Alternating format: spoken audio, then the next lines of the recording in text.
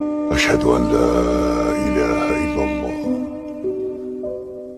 وحده لا شريك له ورحمة الله وبركاته.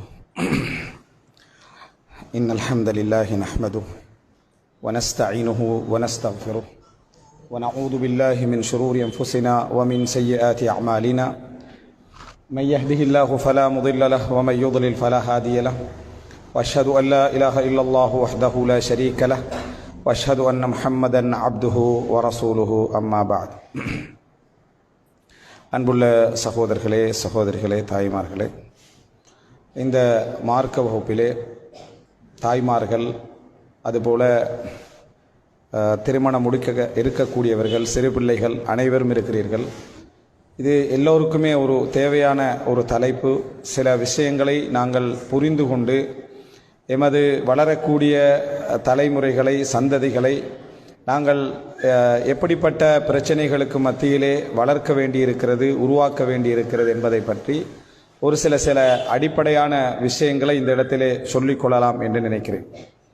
அன்புள்ள சகோதரிகளே, தாய்மார்களே, இந்த தலைப்பு மட்டுமல்ல, பொதுவாக எந்த தலைப்பாக இருந்தாலும் சரி, நாங்கள் ஒரு மார்க்க விளக்கத்தை அணுகுகின்ற பொழுது மிக பிரதானமான ஒரு விஷயம் இருக்க வேண்டும். அது என்ன அப்படி என்று சொன்னால், நாங்கள் வாழ்ந்து கொண்டிருக்கக்கூடிய இந்த சூழல் முஸ்லிம் காணி ஜாஹிலிய வேலி, இப்படிப்பட்ட ஒரு சமுதாயத்தில் தான் நாங்கள் வாழ்ந்து கொண்டிருக்கிறோம். எப்படி?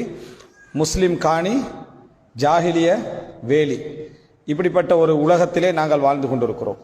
அதாவது இஸ்லாமிய சூழல், மார்க்க சட்டங்கள், மார்க்க அடிப்படைகள், இவைகளெல்லாம் எமக்கு தெரிந்திருந்தாலும் அதை நாம் நடைமுறைப்படுத்தக்கூடிய சூழல் எமக்கு வரையறுக்கப்பட்டிருக்கிறது.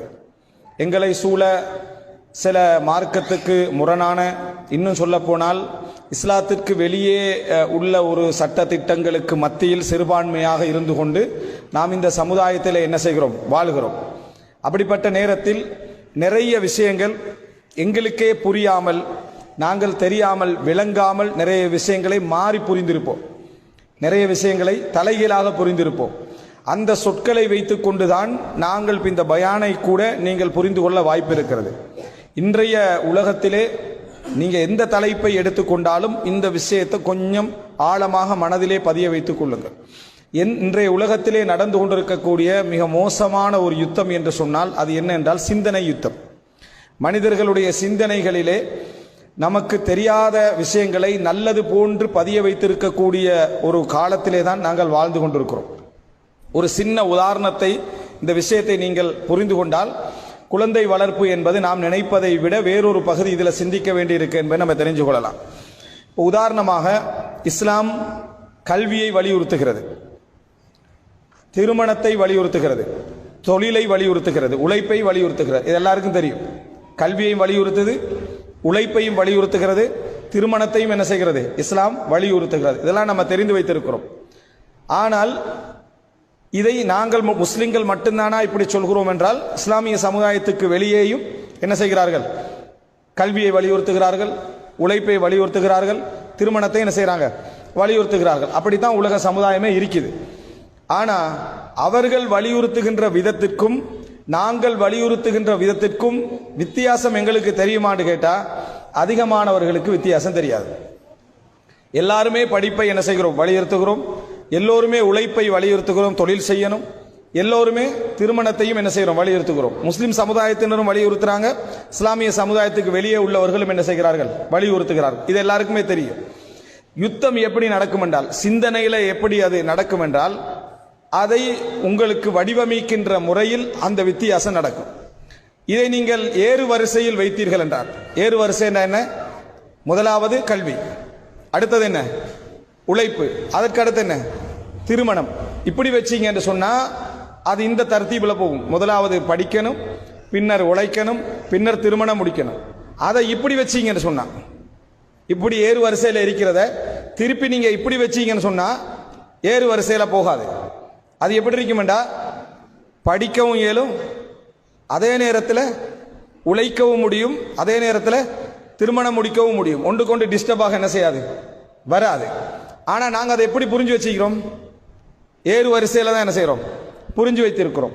அப்படி என்றால் ஒருத்தர் படிக்கணும், உழைக்க வேண்டும், பின்னர் என்ன செய்யணும், திருமணம் முடிக்க வேண்டும். இதை நீங்க மாறி வச்சீங்கன்னு சொன்னா படிக்கிற மாதிரி படிக்கலாம், அதே கால பகுதியில் உழைப்பது போல என்ன செய்யலாம், உழைக்க, அதே கால பகுதியில் திருமணம் முடிப்பது போல் முடிக்கலாம். அது இப்படி போகும் இந்த லைன்ல. இல்லைண்டா ஸ்டெப் பை ஸ்டெப் என்ன செய்யும், அது போய்கொண்டிருக்கும். இதுக்கு தான் சொல்றது சிந்தனை யுத்தம் என்று சொல்லி. எங்களை எப்படி சிந்திக்க வைத்திருக்கிறார்கள் என்று சொன்னால் இந்த மெத்தட்ல தான் என்ன செய்யறாங்க, சிந்திக்க வைத்திருக்கிறார்கள். அப்படி என்று எடுத்துக்கொண்டா இன்றைக்கு பாடசாலைகள்லாம் அங்க இங்கெல்லாம் சிலபஸ் ஒரு மனிதன் அடிப்படை கல்வியை படித்து முடிவதென்றால் ஏ லெவல் என்று வச்சுக்கிறான். அப்படித்தானே? அடிப்படை கல்வியை படித்து முடிவதென்றால் என்ன, ஏ லெவல் வரைக்கும் என்ன செய்யணும், படிக்கணும். ஏ லெவல் படிச்சு முடிகிற டைம்ல அட்லீஸ்ட் 18-19 வயசு என்ன செஞ்சிடும், முடிந்து விடும். அப்படி முடிஞ்சிருமா இல்லையா? 17, 18, 19 வயசு முடிஞ்சிடும். அப்ப அதுக்கு பின்னால உழைக்கலாமான்னு கேட்டா உழைக்க இயலாது. ஏன்?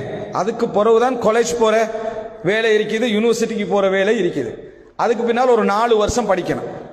அந்த 4 வருஷம் கிடைக்கிறதுக்கு இடையில இவருக்கு 20 வயசு என்ன செஞ்சிடும், ஆகிரும். இந்த 4 கிடைச்சதுன்னு சொன்னா 24 வயசு. இன்னும் படிச்சு முடியல, அடுத்த கட்டம் என்ன, உழைக்கணும். 24ஓட வேலை கிடைச்சிருமா என்று கேட்டால் இல்லை.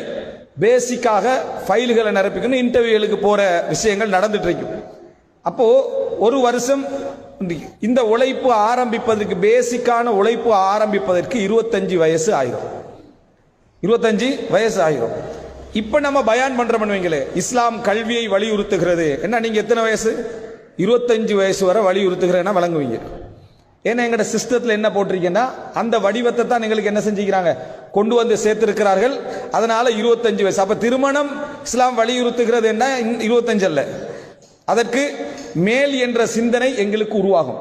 அப்ப எங்களை சிந்திக்க வைக்கின்ற முறையில் தான் நம்ம இஸ்லாமிய முறைப்படி சிந்திக்கிறோமா, இஸ்லாத்திற்கு வெளியே இருந்து என்ன சிந்திக்கிறோம், இஸ்லாமிய சப்ஜெக்டை தான் சிந்திப்போம், சொல்லப்பட்ட விஷயத்தை தான் நாங்கள் சிந்திப்போம். ஆனா யாருடைய முறையில சிந்திப்போம், வேலி போட்ட வேண்ட முறையில சிந்திப்போம். அப்படின்னா முஸ்லிம் அல்லாதவர்கள் அல்லது இந்த உலகத்திலே சிஸ்டத்தை ஒரு மெத்தட்ல கொண்டு போகணும்னு நினைக்கக்கூடிய வேண்ட முறையில தான் நம்ம சிந்திப்போம். இப்ப 25 தான் என்று சொன்னா ஒருத்தன் 18ல உழைக்க போறவனை எப்படி பார்ப்போம், படிப்பு இல்லை அவனுக்கு, அதனால என்ன செஞ்சிட்டா, உழைக்க போயிட்டான். யாராவது 16ல உழைக்க போறவனை ஒருபடியா பார்க்கிறோமா, பார்க்க மாட்டோம். 16ல உழைக்க போறவனை யாருமே படிப்புல ஃபெயில், அதனால உழைக்க பேத்திக்கிறான்.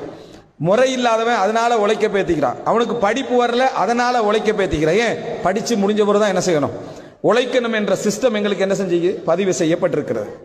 சரி, இதை தாண்டி ஒருத்தர் உழைக்க ஆரம்பித்தால், 25 வயசுக்கு பிறகு ஒருவர் உழைக்க ஆரம்பித்தால், இதெல்லாம் எங்களுடைய பிள்ளைகளுடைய எதிர்கால சப்ஜெக்டோடு சம்பந்தப்படுற விஷயம். அதனால இந்த அடிப்படையை நான் உங்களுக்கு சொல்றேன்.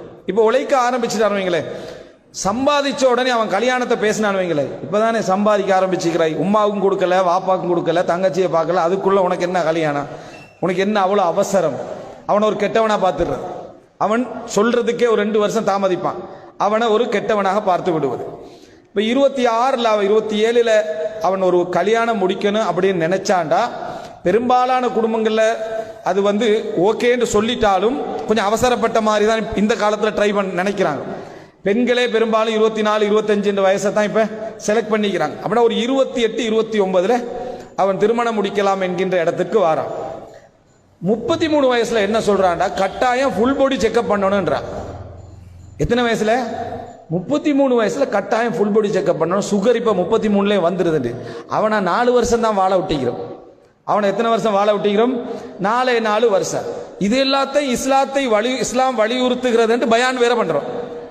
பயான் பண்றது பிழை இல்லை, நம்ம சிந்திக்க வச்சுக்கிற முறை தான் பிழைங்க. எங்களை சிந்திக்க வைத்திருக்கக்கூடிய முறை பிழை. 33 வயசுல செக் பண்ணோன்னே என்ன சொல்றாங்கடா, உங்களுக்கு சுகர் ஸ்டார்டிங் லெவல்ல இருக்குது அப்படின்றான் அவனுக்கு. அவன் அப்பதான் திருமணம் முடிச்சான். அவன் ஒரு பிள்ளைய திருமணம் முடிக்கிறான். அந்த பிள்ளை A லெவல் வரைக்கும் தான் முடிச்சிருக்கு. A லெவல் வரைக்கும் முடிச்சு. உங்களோட வைஃப் படிச்சவரான்னு அவங்ககிட்ட கேட்குறாங்க. இல்லை பெருசா படிக்கல, A லெவல் வரைக்கும் படிச்சேன். A லெவல் வரைக்கும் படிச்சேன்டா கிட்டத்தட்ட 12 வருஷம் படிச்சிருக்கு. எத்தனை வருஷம் படிச்சிருக்கு? 12 வருஷம் படிச்சு. இவன் என்ன பதில் சொல்றான்? பெருசா என்ன செய்யல, படிக்கல. அவன் மொத்தம் எத்தனை வருஷம் படிக்கணும்? 12 வருஷ படிப்பையும் நீங்க உங்களோட மனைவியையோ அல்லது கணவனை அறிமுகப்படுத்துற இடத்துல எப்படி அறிமுகப்படுத்துறோம், அவர் பெருசா என்ன செய்யல, படிக்கல. ஒரு 12 வருஷம் தான் படிச்சுக்கிறார். நம்ம நூஹ் அலைஹிஸ்ஸலாத்துற காலத்தை போல 900 வருஷம் வாழ போறோம்டா 12 வருஷம் படிச்சாருன்றதை குறைச்சி சொல்றது நியாயம். மொத்தமே 60 வருஷம் தான் வாழ போறோம். 10 இந்த பக்கத்துல சின்ன பிள்ளையா போயிருது, அந்த 10 வருஷம் 50க்கு போற சின்ன பிள்ளையா போயிடுறோம். மொத்தம் இருக்கக்கூடியது 40 வருஷம்.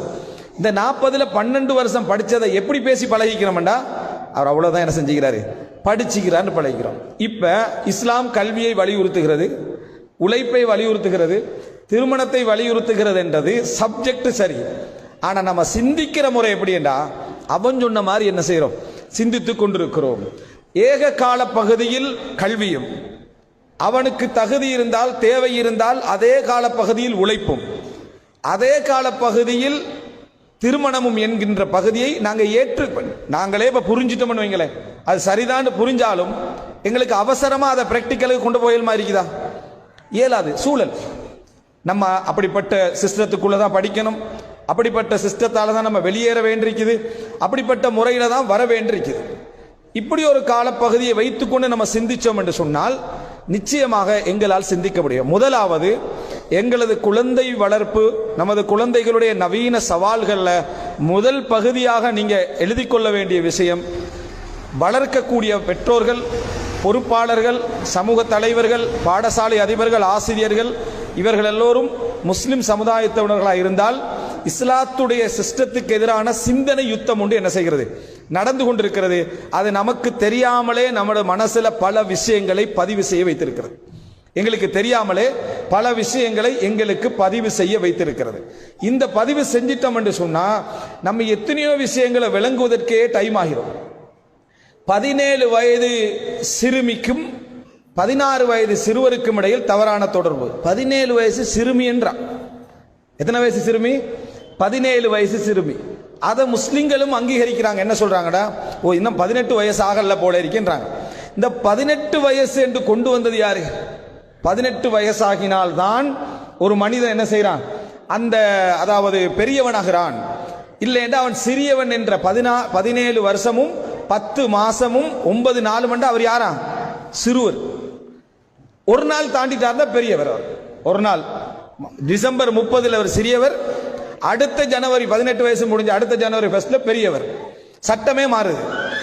இது யோசிச்சு பார்த்தாலே மூளைக்கு பொருத்தம் இல்லாத சட்டம் என்றதுன்னு தெரியுது. ஆனா நாங்க எப்படி பழகிக்கிறோம், அதுதான் பெரியவர் சிறியவர் என்ற பேச்சுக்கு நம்ம என்ன செய்யறோம், பழகி இருக்கிறோம். அவன் நீங்க யோசிக்க வேண்டிய சிந்திக்க வேண்டிய விஷயம் இதுதான். எங்களை சுத்தி நடந்து கொண்டிருக்கக்கூடிய முதல் சப்ஜெக்டே சிந்தனை யுத்தம் என்பதை மனதில் பதிய வைக்க வேண்டும். சிந்தனை யுத்தம் என்பதை மனதிலே பதிய வைக்க வேண்டும். இன்னும் ஒரு வகையில் சில விஷயங்கள் உதாரணங்கள் இருக்குது. இந்த சிந்தனை யுத்தம் எங்கெங்கெல்லாம் சம்பந்தப்படுகிறது என்பதை நான் பின்னால சொல்றேன். அதாவது சிந்தனா ரீதியாக எங்களுடைய எல்லா பகுதிகளையும் அப்படி மாற்றி இருக்கிறார்கள். அந்த இடத்திலிருந்து அதாவது விலக்கி வைத்திருக்கிறார்கள். அதனால் நம்ம சிந்திக்கிற முறை, பிள்ளைகளை பத்தி கவலைப்படுற முறையும் அவன் சொன்ன முறையில தான். நம்ம பிள்ளைகளை பத்தி கவலைப்படுறோம் எப்படி தெரியுமா, அவன் எப்படி கவலைப்படணும் என்று சொல்லிக்கிறான் அந்த முறையில். கவலைப்பட வேண்டும் என்பது சரி, எப்படி கவலைப்பட வேண்டும் என்றது அதாவது எங்கட சிஸ்டத்தில் பதிவு செய்யப்பட்டிருக்கிறது. அதில் தான் நம்ம என்ன செய்யறோம், நம்ம பதிவு செய்கிறோம். உதாரணமா இளைஞர்கள் ஒரு 11, 12 வயசுல இருந்து 20 வயசு வரைக்கும் உள்ள இளைஞர்களாக இருக்கலாம், யுவதிகளாக இருக்கலாம். பெற்றோர்கள் எப்படி பார்க்கிறேன்னா, குழப்பமான ஒரு வயசு, ஒன்னும் விளப்பம் இல்லாத ஒரு வயசு, விளங்காத ஒரு வயசு, எப்ப பார்த்தாலும் ஒரு துடினமா இருந்து கொண்டிருக்கக்கூடிய வயசு, அவனுக்கு ஒன்னும் விளங்காது, கெட்டு போற வயசு, இப்படித்தானே சொல்லி பழகிக்கிறோம். இது யார் சொல்லி தந்தது? அப்படித்தான் அவன் எரிப்பான்னு சொல்லி யார் சொல்லி தந்தது? இந்த சிந்தனை எங்கேயாவது நம்ம புரிஞ்சு விளங்கிக்கிறோமான்னு கேட்டா இல்லை. 40 வயசுக்கு பிறகு உள்ளவங்க குழப்பம் செய்யல. ஊர்ல உள்ள அத்தனை பிரச்சனையும் பெரிய வயசால் உள்ள வார பிரச்சனை எத்தனை இருக்கு. நிர்வாக சண்டைகள்ல இருந்து, போட்டி பொறாமையில இருந்து, பிசினஸ் பிரச்சனையில இருந்து, கொள்ளையில இருந்து, குழப்பத்துல இருந்து, போதை விற்கிறவன்ல இருந்து யாரு 20 வயசுக்குள்ளையா 40 20 வயசு குழப்பமான வயசு. என்னென்ன அதை சொல்ல போனா திருத்த இயலாத வயசு அது 40க்கு பிறகுதான். விளங்கிட்டா 40, 50க்கு பிறகுதான் திருத்த இயலாது. மன்ஷப் அலா ஷைன் ஷாப அலைஹி, ஒன்றிலேயே ஒருத்தருடைய இளம் வயது கழிஞ்சிட்டுண்டா அவன் முதுமை பருவம் என்ன செய்யும், அதுல தான் கழியும். இந்த வயசை நம்ம அப்படி சொல்லி கொடுத்ததுனால அவனுக்கு அது பிளஸ்ஸா போகுது. யாரு? இளைஞனுக்கு. நான் குழப்பம் வயசு தானே, சரி குழப்பம் செய்யறேன்னு அவனுக்கு அந்த ஒரு மைண்ட் செட் பதிஞ்சிருது. உண்மை அதல்ல. ஒருவர் எந்த சூழல்ல இருக்கிறாரோ, அவர் பெரியவராயிருந்தாலும் சிறியவராயிருந்தாலும் அந்த சூழலுக்கு ஏற்பதான் அவன் என்ன செய்வான், உருவாகுவான. தவிர வயசுல அதுல சப்ஜெக்ட் ஒன்று என்ன இல்லை என்பதை புரிஞ்சுக்கிறோம். சூரா கஹஃப் எல்லாரும் வெள்ளிக்கிழமை ஓதுறோம். அல்லாஹ் குர்ஆன்ல எப்படி சொல்றான்? இன்னஹும் ஃபித்யத்துன் ஆமனு பிரப்பிஹிம், அவர்கள் இளைஞர்கள், தங்கள் இறைவனை நம்பிய இளைஞர்கள் என்று அல்லாஹ் தஆலா சொல்றார். ரசூலுல்லாஹ் கிட்ட படிக்க வராங்க. நஹ்னு ஷபபத்துன் முத்தகாரிபூன், நாங்கள் சமவயதுடைய இளைஞர்களாக என்ன செய்தோம் இருந்தோம். அந்த பிரு மவுனா என்று சொல்றதுல 70 பேர் கொல்லப்பட்டாங்களே, ரசூலுல்லாஹ் குனூத் ஓதினாங்களே, அந்த 70 பேர் யாரு? இளைஞர்கள். நம்ம பேசுற அப்துல்லா இப்னு மஸ்ஊத், அப்துல்லா இப்னு உமர், உசாமா ரலியல்லாஹு அன்ஹு என்று எத்தனையோ நபி, அப்துல்லா இப்னு அப்பாஸ், அப்துல்லா இப்னு ஜுபைர், எல்லாம் யாரு? இளைஞர்கள். இவங்கெல்லாம் இளைஞர்கள் நல்லா இருந்தாங்கன்னா என்ன காரணம்? இன்றைக்கு நீங்க அரசாங்கத்தில் பாருங்க, இலங்கை அரசாங்கம், உலகத்தில் உள்ள எல்லா அரசாங்கத்தையும் பாருங்க, 25 வயசுல இருக்கிறான், அவன் எலெக்ஷன்ல நிற்கிறான், லீட் பண்ணிக்கிட்டு போறான், தூதுவராக இருக்கிறான், படைத்தளபதி ஆகிறான். அவன் எப்படி அப்படி ஆகினா? சூழல். இவனுக்கு நம்ம பட்டாசு கொளுத்தினாலும் பயந்தோடுற மாதிரி வளர்த்திக்கிறோம். அதனால இவன் என்ன செய்ய மாட்டான்? தளபதியா வர மாட்டான். அவன் அந்த யுத்த சூழல்ல வளர்ந்திக்கிறான். அதனால தளபதியா என்ன செய்யறான்? வருகிறான், ஜனாதிபதியா வாரான். அதே போல என்ன இளவரசரா வாரா, ஒரு தூதுவர வாரானா இல்லையா? வளர்க்கப்படுகின்ற சூழல். அப்ப இளைஞர்கள் என்றால் இப்படி என்று யார் கொடுத்தது? யாரோ நமக்கு டிசைன் பண்ணினதுக்கு ஏற்ற மாதிரி தான் பார்ப்போம். இப்படி தான் பிள்ளைகளையும் பார்ப்போம். இதுதான் சிந்தனை சவால் என்றது. புள்ள கொஞ்சம் கூடுதலாக ஏதாவது சத்தம் போட்டு தெரிஞ்சா அவனுக்கு ஒரு பேர் வச்சு, சம்திங் ஒரு ரோங் ஒன்று இவனுக்கு என்ன செய்யுது இருக்குது, சுரப்பி ஒன்று மாறி வேலை செய்யுது ஒரு உங்களுக்கு ஒன்று தந்துட்டாங்கன்னு வைங்களேன். அதுல இருந்து உங்களோட மைண்ட்ல என்ன இருக்கும்டா, சுரப்பியை கிளியர் பண்றதுல தான் என்ன செய்யும், சிந்தனை இருந்துட்டு இருக்கும். அவன் சாதாரணமா ஓடி பேத்து விழுந்தாலும் இவன் எப்போ பார்த்தாலும் ஓடி போய் என்ன செய்யறான், விழுகிறான். ஏதாவது ஒரு வேலை ஒன்றை செஞ்சாலும் டிஃபரெண்டா பார்க்கறான். இந்த துடினமாகவே இருந்து கண்டிக்கிறான். அதுக்கு ஒருத்தர் உங்கள்கிட்ட சொல்லிடுவாரு, பிராய்லர் கோழிகள் கூடுதலாக சாப்பிட்றதுனால தான் பிள்ளைகள்கிட்ட துடினம் இன்றைக்கு அதிகமாயிட்டு. அதிலிருந்து கடைக்காரனை வெறுத்துடுறது. விளங்கிட்டா? சும்மாவான கதைகளையும் கதையாடல்களையும் உருவாக்கம் செஞ்சு நீங்க என்ன செஞ்சிடறீங்கன்னா, ஒரு சிந்தனைகளை என்ன செஞ்சிடறீங்க, உள்வாங்கிடுறீங்க. நீங்க சிறப்பாக வாழ வேண்டும் என்றால், நல்ல முறையில் இருக்கணுமென்றாக இருந்தால், முதலாவது நீங்க மனதில் பதிய வைத்துக் கொள்ள வேண்டும், எவருடைய தகவலையும், அது யாராயிருந்தாலும் சரி, எவருடைய தகவலை எவனுடைய தகவலை என்ற தலையில என்ன செய்யறதில்லை, போட்டுக்கொள்வதில்லை. எந்த மீடியாவுடைய செய்தியும் தலையில போட்டுக்கொள்றதில்லை. எந்த ஒன்றையாவது எடுப்பதாக இருந்தால் அந்த துறை சார்ந்தவர்களுடைய ஒரு 3, 4, 5 பேர் அதை உறுதிப்படுத்தி அப்படி ஒன்று இருக்கிறது என்று சொன்னா மட்டும்தான் என்ன செய்யறது, நான் நம்புவேனே தவிர மற்றபடி நம்ப மாட்டேன் என்றால் மட்டும்தான் நீங்க நிம்மதியா என்ன செய்யலாம், உங்களுக்கு இருக்கலாம் என்பதை புரிஞ்சு கொள்ள வேண்டும். இப்ப தேவையில்லாத சப்ஜெக்ட் எல்லாம் வருவதற்கான இன்றைய பிரச்சனைகள்ல முதலாவது அம்சமாக நீங்க பதிய வைத்துக் கொள்ள வேண்டிய விஷயம் என்னன்னா, சிந்தனை யுத்தம் ஒன்று உங்களுக்கு என்ன செய்து நடக்குது. இந்த சிந்தனை யுத்தத்தை நீங்க இன்னும் சரியா விளங்கிக்கணும்னா, ஒரு படம் வந்துச்சு, ரசூலுல்லாஹ்வோட வரலாறு. என்ன பேர்? ரசூலுல்லாஹ்வோட வரலாறு. பார்க்காதவங்க இருப்பாங்கன்றதுனால அந்த பேரை சொல்லல. சரியா? நபிகளாருடைய வரலாறு. அதை பெரும்பாலும் இங்கிலீஷ்ல வந்தது. அதை யாராவது படிச்சீங்கன்னா, அதை பார்த்தீங்கன்னா, அதுக்கு பிறகு நீங்க ஹம்சா ரலியல்லாஹு அன்ஹுடைய வரலாறு படிச்சீங்கன்னா அதுல வர்ற படம் தான் உங்களோட தலையில இருக்கும். உமர் ரலியல்லாஹு அன்ஹு வந்தீங்கன்னா அதுல வாரவருடைய படம் தான் உங்களுடைய தலையில நிற்கும். ரசூலுல்லாஹ் என்ற சொல்ல லைட் கொண்டு போற மாதிரி ஒரு ஃபீல் என்ன செய்யும், உங்களுக்கு ஏற்படும். இந்த முசீபத்தை உங்களோட மண்டையில ஏத்தினது யாரு? அந்த படம். இது யாரு? அப்ப இதுவரைக்கும் கற்பனையில வராத ஒன்று இருந்ததை இனி உங்களுக்கு நீக்கவே இயலாது. அதை உங்களால் என்ன செய்யலாது, அதை பார்த்த பின்னால உங்களால் நீக்கவே முடியாது என்கின்ற அளவில் ஆகிரும். உம்ரா போகாம இருக்கக்குள்ள மக்காவை பத்தி மதீனாவை பத்தி பார்த்த கற்பனையும் போயிட்டு வந்த பிறகு எங்களுக்கு சிந்தனையில பதிஞ்சிக்கிறது வித்தியாசமா இருக்கும். ஏன்னா நம்ம கண்டுட்டோம். எப்பொழுதுமே காணாமல் இருக்கும் வரைக்கும் கற்பனை பவராக இருக்கும். கற்பனை என்ன செய்யும், பவராக இருக்கும். கண்ட பிறகு இவ்வளவுதான் ஆயிரும். சரியா? இதனால நீங்க எப்பயும் புரிஞ்சுக்கணும், உங்களோட சிந்தனையில நீங்க எதை பார்த்தாலும் ஒரு செல்வாக்கு ஏற்படும். அதுக்கு பின்னால குழந்தை வளர்ப்பு, மற்றபடி உள்ள இளைஞர்கள், கணவன் மனைவி என்ற இந்த மாதிரியான சப்ஜெக்ட் எல்லாமே உங்களுக்கு பிரச்சனை இல்லாதவைகள் எல்லாம் நிறைய பிரச்சனைகளாக மாறும். பிரச்சனை இல்லாதவைகள் எல்லாம் நிறைய பிரச்சனைகளாக மாறும். ஏதாவது ஒன்றை சொல்லிவிட்டால் அப்படி ஆகிரும். இன்னொரு உதாரணத்தை சொல்லிட்டு நான் அடுத்த பகுதிக்கு போறேன். உதாரணமாக, அதாவது கணவன் மனைவி பிரச்சனை என்றது குடும்ப வாழ்க்கை தலைப்புகள்ல நிறைய பேசப்படுறத நீங்க பார்க்கலாம். இப்ப அந்த ஒரு தலைப்புல பேசக்கூடியவர் இப்படி சொன்னார்னு வைங்களேன், கணவன் மனைவியுடைய வாழ்க்கை என்றது ஒரு நிம்மதி கலந்ததாக, எப்பொழுதுமே கலகலப்பாக, எப்போதுமே மகிழ்ச்சியாக, காணுகின்ற நேரமெல்லாம் நிம்மதியான சூழ்நிலையில் இருந்தால்தான் அது மிகப்பெரிய வெற்றியுடைய வாழ்க்கை என்று அவர் சொல்லிட்டு போயிட்டார்னு வைங்களேன். அன்றைக்கு தான் உங்களுக்கு பிரச்சனையே ஸ்டார்ட் ஆகும். ஏன்? நீங்க அது வரைக்கும் அவர் 2 வார்த்தை பேசுவாரு, நீங்க 2 பதில் சொல்லுவீங்க, இது இப்படித்தான் குடும்ப வாழ்க்கையை நினைச்சிட்டு போயிட்டீங்க. இந்த சந்திர ஒளி பூத்தூவி போற பயணம் தான் திருமண வாழ்க்கைன்னு யாராவது ஒரு ஆள் பயான் பண்ணினா அல்லது விளக்கம் கொடுத்தா அதுக்கு பிறகு நீங்க வீட்டுக்கு போகல என்ன நடக்கும்? இந்த முசீபத்து பிடிச்ச வாழ்க்கையில நம்ம எழுந்துட்டுக்கிறோமே, அந்த மாதிரி ஒரு வாழ்க்கையில் எந்த வாழ்க்கை? அந்த என்ன எப்பையும் சச்சரவில்லாமல் நிம்மதியோடு பூத்தூவி வாழ்ற வாழ்க்கை, அப்படி வாழ்க்கையோடு உலகத்துல இல்லை. அப்படி வாழ்க்கையோடு உலகத்துல இல்லை. அது சொர்க்கத்துல வேணுமெண்டா என்ன செய்யலாம், இருக்கலாம். ஆனா இது உங்களோட சிந்தனையில வந்துட்டேன்னு வைங்க, நீங்க நல்ல கணவனை கெட்ட கணவனா பாப்பீங்க.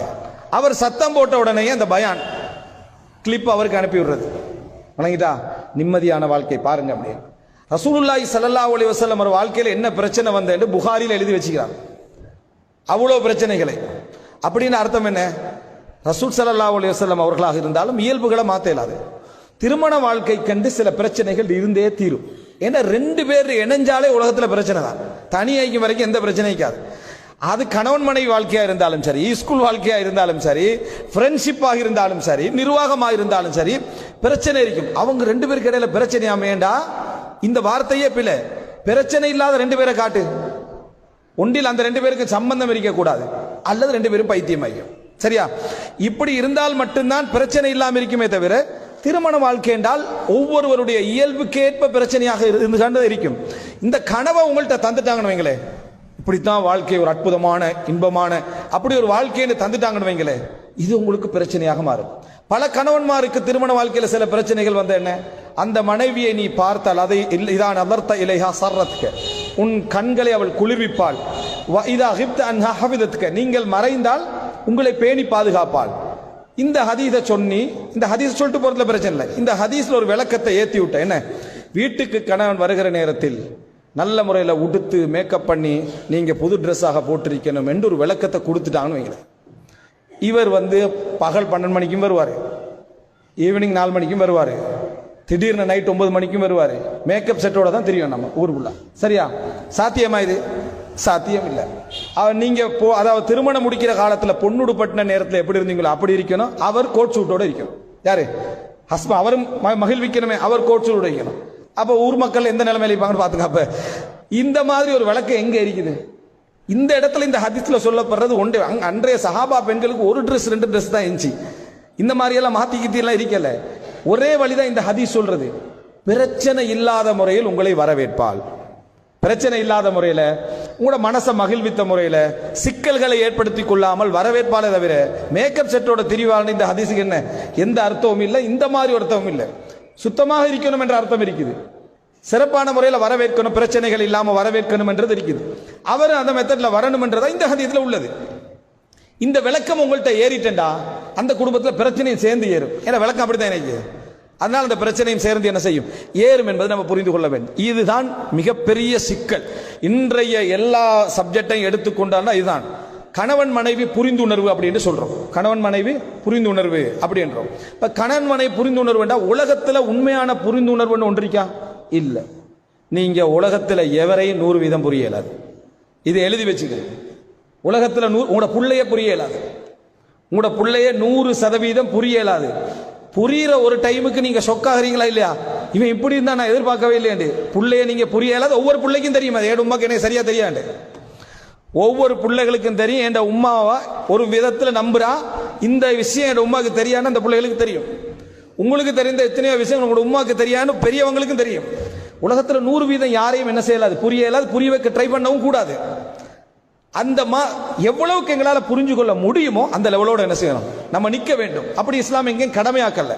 சோ முதலாவது நீங்க மனதில் பதிய வைங்க, எங்கள்கிட்ட இருக்கக்கூடிய நவீன பிரச்சனைகளில் பெரும்பாலானவைகள் நாங்களா தேவையில்லாம இந்த கூடுதல் பேச்சுக்களால, கூடுதல் விளக்கங்களால, மோசமான சிஸ்டங்களால, இந்த சமுதாயத்தில் உள்ள மோசமான சிஸ்டங்களால, அந்நிய கலாச்சார தாக்கங்களால ஏற்படுத்தி கொண்டவைகள். இதுதான் பல பிரச்சனைகளுக்கான நான் ஒரு ஊரில் உள்ள கலாச்சாரம், ஒரு ஊரில் உள்ள வளமை அதை சொல்லல. அது பொதுவாக ஒவ்வொரு ஊருக்கு வித்தியாசப்படலாம். ஆனா நிறைய விஷயங்கள் சிஸ்டங்கள் என்ற பெயரில் எங்கட தலையில ஏறி இருக்கிறது. அதுதான் எங்கட குழந்தைகளை நாம் அதிகமாக பிரச்சனையாகுவதற்கான காரணம். இது முதல் அம்சம். இரண்டாவது, இதை நான் இரண்டாவது என்று சொல்றதை நம்ம முதலாவது சொல்லி இருக்கணும். சரியா? இரண்டாவது அம்சம் என்ன அப்படின்னா, இதைத்தான் நான் முதலாவது சொல்லி இருக்கேன். பிரதானமாக ஒரு முஸ்லிமுடைய வாழ்க்கையில் எந்த சப்ஜெக்டாக இருந்தாலும் அது அல்லாஹ் நாடாம என்ன செய்யாது, நடக்காதுன்னு நமக்கு தெரியும். நாங்க இந்த உலகத்தில் செய்கின்றவைகள் எல்லாம் முயற்சிகள் தான். நாங்கள் இந்த உலகத்தில் செய்கிறவைகள் எல்லாம் முயற்சிகள் தான். சரியான கடமைகளை செய்தோமா, எமக்குள்ள பொறுப்பை செய்தோமா, அதை ஈர்ப்போடு செய்தோமா என்றுதான் இந்த அல்லாஹ் தஆலா எங்கிட்ட கேட்க போற கேள்வி. எங்களால் உள்ளதெல்லாம் முயற்சிகள் தான். முயற்சியிலேயே மிக பிரதானமானது எது தெரியுமா? துஆ, பிரார்த்தனை. துஆக்கள், பிரார்த்தனைகள் தான் முயற்சியிலேயே மிக பிரதானமானவைகள். பிள்ளைகளை பற்றி கவலைப்படக்கூடிய பெற்றோர்கள் பிள்ளைகளுக்காக துஆவுடைய விஷயத்தில் எவ்வளவு கவனம் செலுத்துகிறோம் என்று உங்களோட மனசுல என்ன செய்ய டச் பண்ணி கேட்டுப்பேன். ஏன்னா பிரார்த்தனை இல்லாம வேற ஒரு முஃமினுடைய வாழ்க்கையே முழுசா என்ன? துஆ தான். துஆவால தான் எல்லாமே என்ன செய்யும், எங்கள் உள்ளத்துல சேஞ்ச் வரும், மாற்றங்கள் வரும். அல்லாஹ் தஆலா அதை நாடுவான்றதுனா துஆ தான். இந்த துஆவுடைய விஷயத்துல, பிள்ளைகளுடைய விஷயத்துல நம்ம எவ்வளவு கவனம் செலுத்துகிறோம்? இந்த துஆவுடைய அம்சங்கள் ஒரு காலத்தில் இருந்த பெற்றோர்களிடத்தில் இருந்த அந்த அளவை விட இப்ப நிறைய குறைஞ்சிதான செய்து இருக்குது. நமது உம்மமார்கள் அவர்கள் எல்லாம் நினைச்சு பாருங்க, அவங்களோட துஆக்களுடைய காலப்பகுதியை நம்மளோட துஆவுடைய நிலைமை நினைச்சு பாருங்க. அவர்களுக்கு அன்றைக்கு துஆக்கள் தெரியாம இருக்கு, ஆனா அவங்க நிறைய துஆல பற்றோடு இருந்தார்கள். நமக்கு நிறைய துஆக்கள் தெரியும், பற்று என்ன செஞ்சது, குறைந்து போயிருக்கு. எத்தனை பேர் குழந்தைகளுக்கான துஆக்களை மனனமிட்டு வைத்திருக்கிறோம்?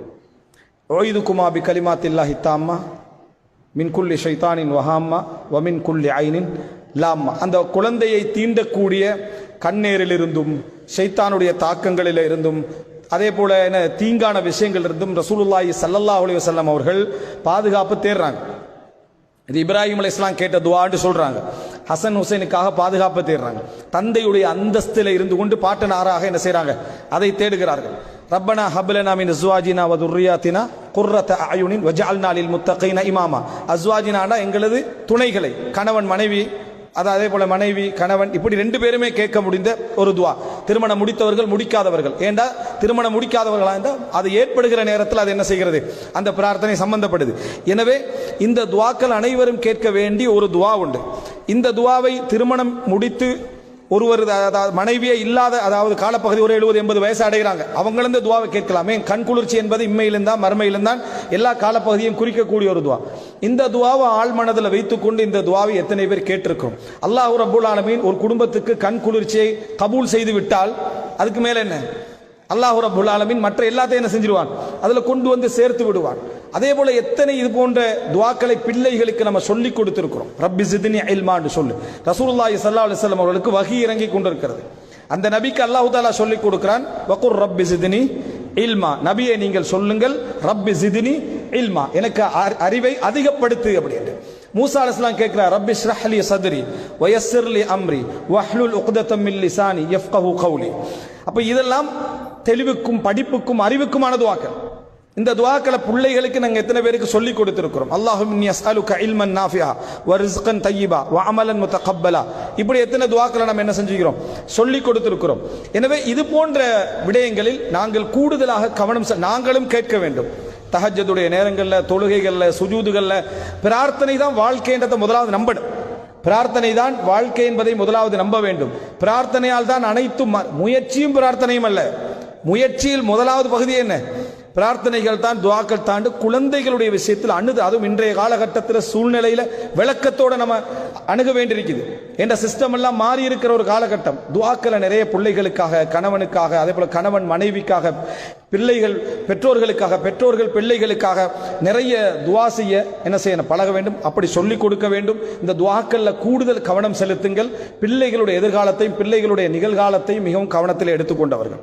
மூன்றாவது, இந்த குழந்தை வளர்ப்பு என்று சப்ஜெக்ட் வார நேரத்திலேயே பெற்றோர்களுக்கு மிக பிரதானமாக சிந்தனையில் இருக்கக்கூடிய இன்னொரு நவீன ரீதியான ஒரு விஷயம் என்ன என்றால், அந்த பிள்ளைக்கு மீடியாட சப்ஜெக்டை எப்படி குறைக்கிறது.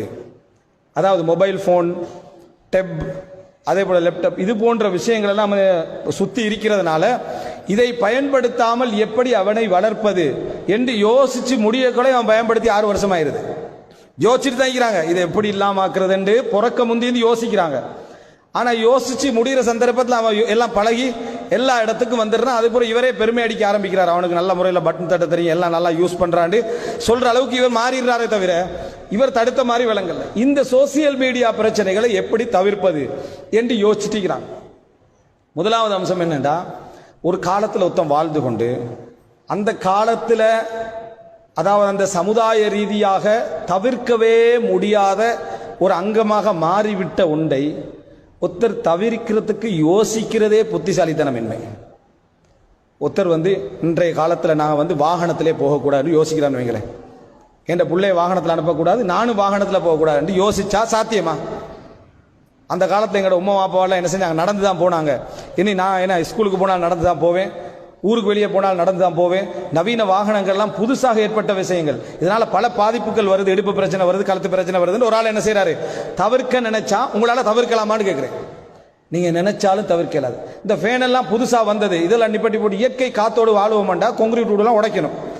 இதே தான் மொபைல் போனுக்கும், இதான் சோசியல் மீடியா உள்ள விஷயத்து. உங்களால கட்டுப்பாடுக்குள்ள கொண்டு வரலாம், வரையறைகள் கொண்டு வரலாம், ஒழுக்கங்கள் கொண்டு வரலாம். அவன் அதை காணாமலே வாழணும்னு நினைக்கிறதே மடத்தனம், ஒரு மடமை. இதை நீங்க முதலாவது புரிஞ்சுக்கணும். இதை நீங்க நினைச்சீங்கன்னா நீங்க ஸ்ட்ரெஸ்ல போய் கவலையில போய் விழுவீங்களே தவிர இதுல இருந்து வெளியே வர இயலாது. அப்ப முதலாவது என்ன நினைக்கணும்டா, நான் வாழுகிற காலம் எல்லோருமே தூங்கி எழும்பின உடனேயே முதலாவது கையை எதுக்கு தேடுறது? எங்க வச்சு அந்த மொபைல் போனேன். அதுக்கு பிறகுதான் அல்ஹம்துலில்லாஹி அல்லதி அஹ்யானா பஅதமா அமாதனா வ இலைஹின் நுஷூர். படுத்து எழும்பினதுக்கா மொபைல் கையில் கிடைச்சதுக்காக தெரியல இந்த துவா. விளங்கிட்டா? என்னை அதாவது மரணித்த பின்னால் உயிர்ப்பித்த அல்லாஹ்வுக்கு எல்லா புகழும் அப்படின்றது. எதுக்கு உயிர்ப்பித்தது? படுத்து எழும்பினதுக்கு தான். ஆனா துவா கேட்கறது போன கையில் பிடிச்ச பிறகு அந்த அளவுக்கு ஆயிட்டா இல்லையா? அதுக்கு என்னது பிழை அல்ல. இது ஒரு பெரிய பிரச்சனை, இன்றைக்கு உள்ள ஒரு உளவியல் பிரச்சனை. அவர்கள் படுத்து எழுப்பின போனை தேடுகிறார்கள். அப்படி இது உளவியல் பிரச்சனை. முந்தி படுத்து எழுப்பின டோர்ச்சை தேடினாங்க, விளங்கிட்டா? அது மாதிரி இதை தேடுறாங்க, அவ்வளவுதான். இது ஒரு உளவியல் பிரச்சனை எல்லாம் ஒன்றும் இல்லை. அது இந்த சமுதாயத்துடைய வளமையில அப்படி ஆயிட்டு. சலாம் கொடுத்து முடிஞ்சு இடது சலாம் கொடுக்கக்குள்ளே வலது கையில தான் என்ன செய்யறாரு? மொபைல் எடுக்கிறார். மொபைல் எடுத்து எத்தனை மெசேஜ் வந்திருக்கு, பச்சை பட்டன் எத்தனை வந்திருக்குன்னு பார்க்கறது, விளங்கிட்டா? நோட்டிபிகேஷன் வணிதண்ட வளமையாக இன்றைக்கு மாறி போயிட்டு. எங்கேயாவது ஒரு ஆபீஸ்ல இருந்து ஒரு ஃபிளைட் மோட்ல போட்டிருந்து வெளியே வந்தா எப்ப ரிலீஸ், அதை ரிலீஸ் ஆகின கூட தான் நமக்கு சந்தோஷம் வருது. இப்படிப்பட்ட காலத்தில் அப்பாவும் இருக்கிறாரு, உம்மாவும் இருக்கிறாரு, உம்மம்மாவும் இப்போ டச் பண்ண பழகிட்டா. புல்ல யூஸ் பண்ணக்கூடாது என்று நீங்க சட்டம் போட்டீங்கன்னா சாத்தியமே இல்லை. இது சாத்தியம் இல்லாத நீங்க ட்ரை பண்ண உங்களுக்கு என்ன நடக்கும் தெரியுமா? புள்ள கெட்டு போறான்ற ஃபீலிங் கூடும். நீங்க ஒரு விதமான மன அழுத்தத்துக்குள்ள ஆளாகுவீங்க. இப்ப நீங்க புள்ளைக்கு முன்னால மறைச்சு ட்ரை பண்ற நீங்க நினைக்கிறீங்க. புள்ள உங்களே பார்த்துட்டு தான் இருக்கிறான். புள்ள உங்களே பார்த்துட்டு ஒரு காலம் இருந்துச்சு, ரிமோட்டுகளை கையில வைத்துக் கொண்டு டிவியை பார்த்துட்டு புள்ளைய பார்க்கறது. உனக்கு நாளைக்கு எக்ஸாம் படிக்க சொன்னதே அப்படின்ட்டு இவர் இங்க என்ன சேனல் சேஞ்ச் பண்ணி கண்டிக்கிறது. சரியா? புள்ள நீங்க சொல்வதை விட நீங்க செய்வதை தான் என்ன செய்யும் பார்க்கும். அப்ப நமது கைகள் எல்லாம் இதெல்லாம் வந்த பின்னால அந்த பிள்ளைகளுடைய கையிலிருந்து எடுக்கிற பிரச்சனை இந்த உலகத்தில் இந்த நம்ம ஒரு மூன்றாம் உலகம் என்று சொல்லக்கூடியவங்க மட்டும் தான் பேசிக்கிட்டிருக்கிறோம். அங்கெல்லாம் அதாவது மிடில் ஈஸ்ட் மற்றபடி வெஸ்டர்ன் கண்ட்ரி எல்லாம் ஸ்கூலுக்கு கட்டாயம் கொண்டு வர சொல்றாங்க. ஒவ்வொரு பிள்ளைகளுக்கு டெப் வாங்கி கொடுங்க, ஒவ்வொரு பிள்ளைகளுக்கும் ஃபோன் வாங்கி கொடுங்க, அதை செக் பண்ணி அதில் தான் படிச்சு கொடுங்க. ஸ்மார்ட் போர்டெல்லாம் கொண்டு வச்சு அதில் டச் பண்ணி படிச்சு கொடுத்துக்கிட்டிருக்கிறான். அதை எப்படி யூஸ் பண்ணணும் என்று பிள்ளைகளுக்கு அதை வேறொரு இடத்துக்கு கொண்டு போயிட்டாங்க. இன்றைக்கு ஏஐ டெக்னாலஜி வந்த பின்னால பிள்ளைகள் நோட்ஸ் எடுக்கிறது படிக்கிறதெல்லாம் அங்கே போயிட்டு. ஆனா அவன் கெட்டு பேத்துருவான்னு நம்ம நினைச்சிட்டு இருக்கிறோம். அன்புள்ள சகோதரர்களை, கெட்டு போவதற்கான வாய்ப்பு அதுல இருக்கான்னு கேட்டா நிச்சயமா இருக்கு, சந்தேகமே இல்லை. அது கெட்டு போவதற்கான எல்லா சூழ்நிலையும் அதுல இருக்கத்தான் செய்கிறது, அதிலும் சந்தேகம் கிடையாது. ஆனா அதை நீங்க தடுக்க முடியுமான்னு கேட்டால், அதாவது பயன்படுத்துவதை தடுக்க முடியுமான்னு கேட்டால் முடியவே முடியாது. சவாலுக்கு யாராவது சொன்னா அவர வீட்டுல தடுத்திருப்பாரு, அடுத்த வீட்டுல யூஸ் பண்ணிருப்பான்.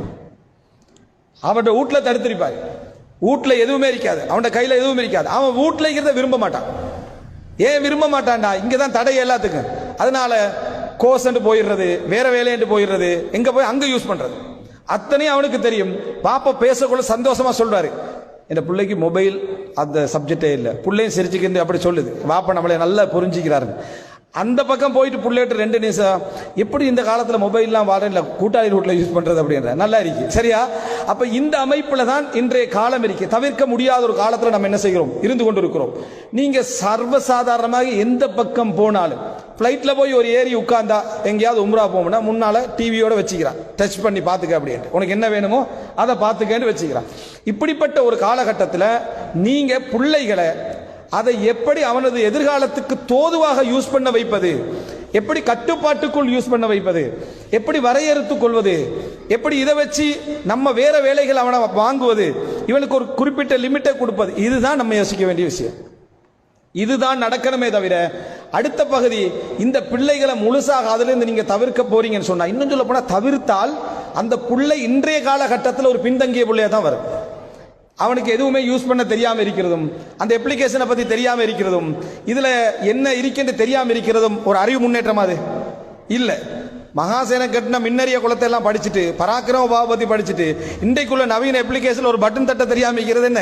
அது ஒரு கல்வியாண்டு கேட்டால் கல்வி இல்லை. அப்ப அதுவும் அவனுக்கு தெரியணும். அது எந்த வயசுல தெரியணும் அப்படி என்றால், இன்றைய காலகட்டத்தில் ஒரு புள்ள 2, 3, 4 வயசுல இருந்து இது ஆரம்பிச்சிருது. ஹெல்த் இஷ்யூஸ் இருந்தா அதை என்ன செய்யணும்? டாக்டர் சொல்றாரு, நீங்க இதை யூஸ் பண்ண வேணாம், இந்த வயசுக்கு பிறகு யூஸ் பண்ணுங்க, அல்லது இவ்வளவு காலத்தில் யூஸ் பண்ண, அதை நம்ம கடைபிடிப்பது வேறு. அது அல்லாத ஒரு அம்சத்துல பிள்ளைகளிடத்துல இதை நல்ல முறையில் பயன்படுத்துவதற்கான 1000 வழிகள் இதுல உண்டு. அதனால் இதற்கு பின்னால் பேசப்படக்கூடிய நிறைய உரைகள்ல எப்படி இந்த மொபைலையும் இந்த நவீன சாதனங்களையும் பிள்ளைகளுடைய கல்விக்கு தோதுவாக, ஒரு புள்ள வந்து கேம்ஸை விரும்புதுண்டா, கேம்ஸ் என்று எடுத்துக்கொண்டா அதுல இசை இருக்குது, பல பல விஷயங்கள் இருக்குது, கூடாதுதான், ஹராம் தான், சந்தேகம் இல்லை. ஷேக் அப்துல் கரீம் அல் ஹுதைர் ஹஃபிதஹுல்லாஹ் அவரிடத்தில் கேட்கப்படுகிறது, இந்த மாதிரி அவர் வந்து மிகவும் பேணுதலான ஒரு சவுதியில் இருக்கக்கூடிய மிக முக்கியமான மார்க்க அறிஞர்கள் ஒருவர். என்ற பிள்ளைக்கு நான் இந்த மொபைல், மீடியா, அது இது கேம்ஸ் எதுவுமே என்ன செய்யறதில்லை, கொடுப்பதில்லை. ஆனா அதனால அவன் வீட்டில் இருக்கிறதுக்கு என்ன செய்யறான் இல்லை, இருக்கிறான் இல்லை, எடுத்து வெளியே போறான். வெளியே போனா எனக்கு என்ன பயமா இருக்குன்னா, வேறு பழக்கங்கள் என்ன, பிண்டைக்கு போதை பொருட்கள், மற்ற விஷயங்கள், பல பழக்கங்கள் இருக்கு. என்ன கண்காணிப்புக்கு வெளியே போறான். அதை நினைச்சால் என்ன அச்சமாக இருக்கிறது. ஒன்று நான் இதை செஞ்சா வீட்டில் இருந்து எந்த கண்காணிப்பு கீழே இருப்பான், அல்லது நான் வெளியே விட வேண்டியிருக்கு, நான் என்ன செய்யன்னு கேட்கிறேன். அப்ப அவரே இது ஒரு ரெண்டும் தீங்கு தான், ஆனால் நீங்க ஒரு தீங்கை செய்ய நிர்பந்திக்கப்பட்டிருக்கிறீர்கள் என்று சொல்லி அவங்கள வீட்டுக்குள்ள வைத்துக் கொள்றதுக்கு எது உதவுதோ அதை செய்யுங்க என்றார். வீட்டுக்குள்ள வச்சுக்கிறதுக்கு எது உதவுதோ அதை செய்யுங்க. அதை உங்களுடைய கண் பார்வையில், உங்களுடைய மேற்பார்வையில், உங்களுடைய கட்டுப்பாட்டுக்கு கீழே பல விஷயங்களை செய்யலாம். இன்றைக்கு பலர் இந்த ஒரு அதாவது மொபைல் போன் நவீன இதுகளை வைத்து, அதாவது ஜியோகிராஃபி படிச்சு கொடுத்தவங்க சின்ன பிள்ளைகளுக்கு, பல ஆங்கில என்ன அதாவது திறமைகளை வளர்த்து விட்டவர்கள், அதுபோல பிள்ளைகளுடைய சயின்ஸ் நாலேஜ்களை வளர்த்து விட்டவர்கள், இந்த இத்தனையோ விஷயங்களை 6-7 வயசுக்குள்ளைய பிள்ளைகள் அந்த மொபைலுடைய பழக்கத்தின் காரணமாக மொழி புலமையும் அதே போல இன்னும் பல விஷயங்களும் வளர்ந்து விட்டதை பார்க்கிறோம். இன்னைக்கு என்ன ஒரு பிரச்சனைனா, புள்ள சோசியல் மீடியா, மொபைல், நவீன மீடியாக்களை பயன்படுத்தி முன்னேற வேகத்தில் ஊர்ல உள்ள சிஸ்டங்கள் முன்னேறல. இன்னும் மொண்டசூரி, நேசரின்னு வச்சுக்கிறோம். அதில் நம்ம முதலாவது ஆரம்ப காலத்தில் என்ன படித்தோம்? கலர்களை படித்தோம், இங்கிலீஷ் பாட்டு படித்தோம். இவன் மொண்டசூரி நடத்துகிற லெவலில் வெளியே போகிறாங்க. யாரு? சின்ன புள்ள 5 வயசுல எல்லா கலரையும் 5 கலர் ஆகிற 100 கலர் ஆகிக்கிறேன். அவன் அந்த எல்லா கலரையும் படித்து, எல்லா பாட்டையும் படித்து, எல்லா விஷயம் தெரிஞ்சுட்டு அவனை கொண்டு போய் நேசரியில் விடுறாங்க. அங்கே அதே 5 கலர் என்ன, திஸ் இஸ் கிரீன் என்ற அந்த கிரீன் நம்ம எப்பயோ பார்த்து முடிஞ்சதுன்னு அவன் நினைக்கிறான். அந்த புள்ள வந்து 5 வயசுல கிட்டத்தட்ட 10 வயசுல உள்ள அறிவை இன்றைக்கு என்ன செஞ்சிடறான், பெற்றுக்கொள்கிறான். அதாவது ஒரு விஷயத்தை தேடுவதாக இருந்தாலும் வயசுல தேட பழகிட்டான், டைப் பண்ண பழகிட்டான். சின்ன பிள்ளைகள் எல்லாம் செஞ்ச பிள்ளைய கொண்டு போய் நம்ம வந்து இந்த மாதிரியான ஒரு இடத்துல விட்டீங்கன்னா அவனை இன்னும் டைம் வேஸ்ட் ஆக்குறோம்னு அர்த்தம். என்ன செய்யறோம்? அவன் டைமை வேஸ்ட் பண்றோம்னு அர்த்தம். அப்ப அந்த புள்ளைய இன்றைக்கு நவீன கால மீடியாக்களின் ஊடாக எங்கேயோ கொண்டு போயிடலாம். அதுக்கு கொஞ்சம் பெற்றோர்களுக்கு அறிவு தேவை. இதன் ஊடாக இந்த பிள்ளைக்கு என்ன செய்யலாம், கொஞ்சம் கல்வி கொடுக்கலாம். அதாவது விளையாட்டின் ஊடாக எவ்வளவு கல்வியை கொடுக்கலாம், விளையாட்டின் ஊடாக என்ன ஒழுக்கங்களை என்ன செய்யலாம் கொடுக்கலாம் என்ற அமைப்பில் நம்ம அந்த பிள்ளை என்ன செய்யணும், உருவாக்குவதற்கு பழக வேண்டும். எனவே இந்த நவீன மீடியா சம்பந்தமான விஷயங்கள் சுருக்கமாக தான் எனக்கு இப்ப சொல்லலாம். ஆனால் அதில் எப்படியெல்லாம் நம்ம கல்வி வழங்கலாம் என்ற ஒரு பகுதி, அது வந்து ப்ரொஜெக்டர் போட்டு கொஞ்சம் இதுல வந்து என்னென்ன விஷயங்கள் நம்ம பிள்ளைகளுக்கு சொல்லிக் கொடுக்கலாம் என்பதை நம்ம பழகலாம். இது அதாவது மிக பிரதானமான 3வது விஷயம்.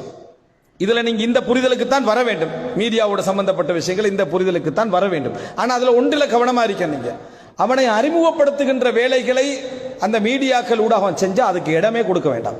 அப்படின்னா என்ன, ஐடி திறக்கிறது, தன்னை அறிமுகப்படுத்துறது, தான் போஸ்ட் பண்ண பார்க்கிறது, சின்ன வயசுக்குள்ள சரியா தன்னுடைய வேலைகளை போஸ்ட் பண்ண பார்க்கிறது, இது அவனுக்கு அறிவை வளர்ப்பதை விட அறிமுகத்தை வளர்ப்பதில் தான் ஆர்வத்தை கொடுக்கும். அறிமுகத்தை வளர்ப்பதே நிறைய சின்ன பிள்ளைகள்ட்ட மீடியால வந்து அந்த புள்ள அப்படி பேசுது இப்படி பேசுன்னு சொல்றீங்க தானே, கொஞ்சம் 5-6 வருஷத்துல அந்த பிள்ளைகளுக்கு அட்ரஸ் இருக்காம போய்த்தோம். ஒரு கல்வி ஒரு பயன்பாடு வேணுமெண்டா கிடைக்கலாம், அவர்களுக்கு ஏதாவது ஒரு காலேஜில் இடம் கிடைக்கலாம், படிக்க கிடைக்கலாம். மற்றபடி அந்த அறிமுகம் ஆபத்து. சின்ன பிள்ளைகளுக்கு அறிமுகம் என்பது ஒரு ஆபத்தான ஒரு இடம். கல்வியைத்தான் நம்ம அறிவை கொடுப்பதற்கான வழிகளைத்தான் நம்ம இதில் என்ன செய்ய வேண்டும், தேட வேண்டும். எதையாவது லொகின் ஆகி அல்லது சைன் அப் ஆகி அதில் ரெஜிஸ்டராக பார்க்கிறான்டா அதில் மட்டும் நம்ம கவனமாக என்ன செய்ய வேண்டும், இருக்க வேண்டும். அடுத்ததாக 4வதான ஒரு விஷயம் என்ன அப்படின்னு சொன்னால், இந்த பிள்ளைகளுக்கு பெற்றோர்களுடைய சிந்தனையில் மிக போராட்டமாக இருந்து கொண்டிருக்கக்கூடிய ஒரு விஷயம், கல்வி கொடுக்கிறது. சின்ன வயசுல கொடுக்கிறது, எந்த வயசுல கொடுக்கிறது, எப்படி கொடுக்கிறது, இவனை எப்படி ஒரு இடத்துல உட்கார வைக்கிறது? இது அடிக்கடி வரக்கூடிய கேள்விகள். அதை பிள்ளைக்கு படிப்பிக்க ஸ்டார்ட் ஆக்குறது. பெரும்பாலும் பெற்றோர்கள் எதில் ஆரம்பிப்பாங்கன்னா, ஒரு தமிழ் மொழியை படிப்பிக்கிறது, இங்கிலீஷில் ஏபிசிடி படிப்பிக்கிறது, குர்ஆனை ஓதி கொடுக்குறது. இன்னும் அந்த பழைய மெத்தடில் ஒரு பெரிய பெரம்போட போய் உட்கார்ந்துடுறது. சரியா? உட்கார்ந்து அந்த பிள்ளைகளுக்கு ஒரு 3 வயசில் அந்த குர்ஆனை ஓதி கொடுத்தல். அலிஃப் ஃபத்தஹா ஆன்னு சொல்லி கொடுக்குறது. அதே போல பா ஃபத்தஹா பான்னு சொல்லி கொடுக்குறது. கொஞ்சம் 2 நாள் ஓதி கொடுத்துட்டு உம்மா மாதிரி என்ன செய்யறதுன்னா, இந்த மேலால் ஒரு கோடு போட்டு உனக்கு விளங்குதான்னு கேட்கறது. அவனுக்கு 3-3.5 வயசு. சரியா? அவனுக்கு கோடு எப்படி விளங்கும் என்ற விளக்கமெல்லாம் நமக்கு இல்லை. ஆனால் நமக்கு கோடு விளங்குதா இல்லையா? அதனால அந்த கோட்டை அவனுக்கு விளங்கப்படுத்துறது. பாவுக்கு மேலே என்ன இருக்குது? அது என்ன இருக்கு? கோடு இருக்குது. ஓகே, கோடு இது இப்படி வந்தா பா. பாவுக்கு கீழே கசரா வந்திருக்கு. சில வேளை அவனுக்கு கீழேண்டா என்னன்னு தெரியாதாக்கும். சரியா? ஆனால் அவனுக்கு விளங்கப்படுத்துறது. கீழே கசரா வந்திருக்குது, சுக்கூன் வந்திருக்கு. நாளைக்கு ஒழுங்கா பாடம் தரணும். வயசு 3 அல்லது 4. அடுத்த நாள் என்ன செய்யறான்னு சொன்னா, அங்க ஸ்கூல்ல நேசரியில படிப்பிக்கிற டைம்ல ஏதாவது ஒரு சொல்லுக்கு இதே மாதிரி ஒரு ஹூனா அண்டு வார டைம்ல இதே மாதிரி ஒன்றை இழுத்து சுத்தி விட்டுருப்பாங்க.